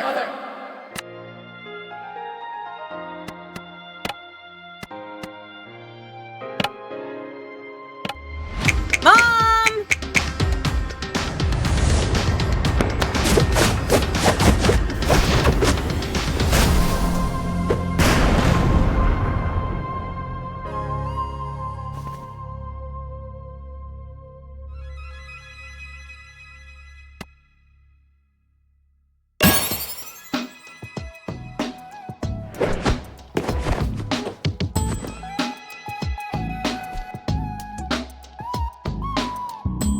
My girls aren't a chance to rewrite the past. They're new beginnings, Amma. We need to let them write their own stories. Yes, I understand. I'll leave after the wedding. You won't have to see me again. Amma, no, that's not what we want. It's all right. I don't have long left to live. No need to come home for my death rites. You're all busy, and you're holding too much resentment in your hearts. I understand. You're part of our family, Pati. We love you. And it's never too late to change.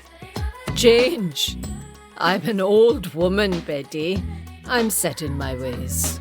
Come on, Ma. You'll outlive all of us. Well, the doctor did say I have the spinal health of a 30-year-old. I don't know.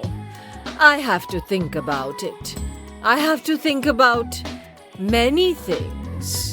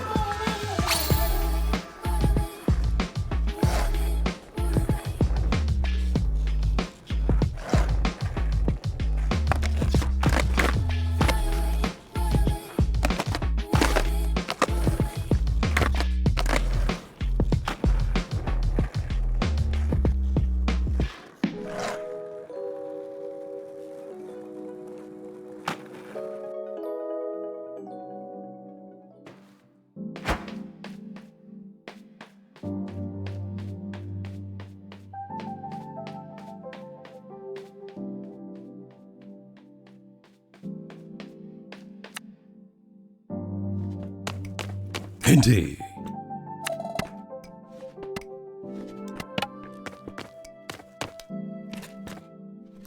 Your grandmother is actually having a civil conversation with your father. The age of miracles is upon us. Do you really think it'll last? Let's hope it lasts until your wedding at least, hmm? You know, I'm starting to think that Ahmed is a figment of your imagination. Thanks, Jala. He actually is the man of my dreams. He's picking up his parents at the airport. You'll get to meet him later. Please don't be weird. I hate to ruin a lovely occasion with sincerity, but I'm proud of you two. Aw, thanks, Auntie C. I mean, the state of your triceps and lats are a constant source of shame to me, but I guess you can't have everything. You're not wrong, Amma. My life would be so much easier if I'd married a man you picked out for me, walked along the path you cleared. It would have been easier. But so much less fun. So, Arvind, you've been retired from the pharmacy for what? 3-4 years now? None. I have so much more time for birding. I even built a little hide in the backyard.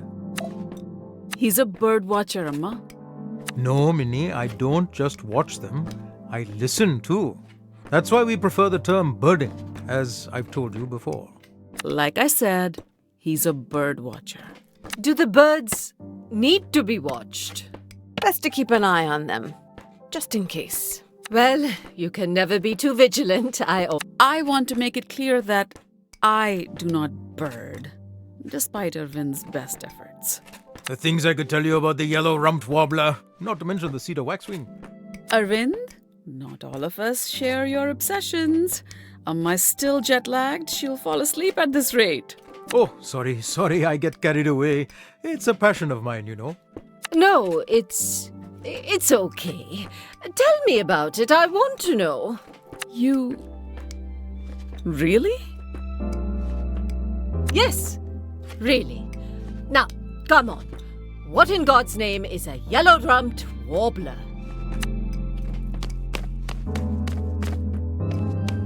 I'm glad you came back to town, Jala. I have to admit, I didn't think it turned out this way. I never thought we'd actually be friends. Are you a little disappointed I didn't break your heart? It would have been messy, but sometimes the mess is half the fun. See? This is why I'm glad we kept things platonic. My life could use a little bit less excitement. Yeah, mine too, to be honest.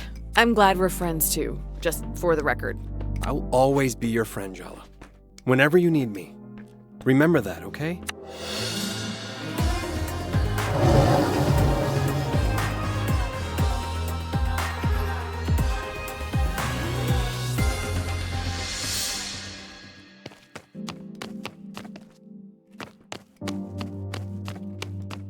Indeed. Oh, hey, Jala. You're headed out? Ugh, the level of thirst in this room right now. Reminds me of chaperoning your prom. I just wanted to... Yeah, damn it. Can I give you some advice? Yeah, why bother asking when you're gonna do it anyway? Fine, point taken. I know everyone in this room wants something from you. And you love to feel wanted, but don't let their ideas of what your future should be close yours down. I envy you a little, you know? Yes, there's uncertainty and doubt in not knowing exactly what you want. But there's so much possibility, too. The world is wide open to you, Jala. Enjoy it. That's...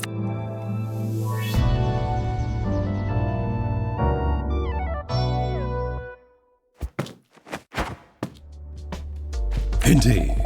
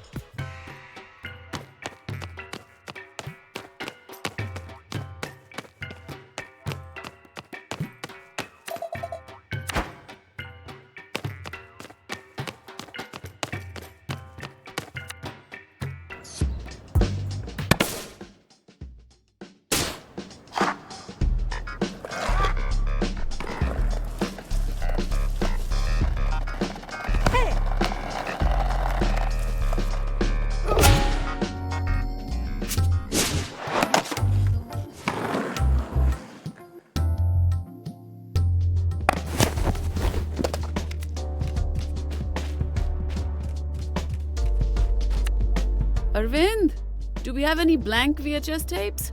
Should be some in the storage closet.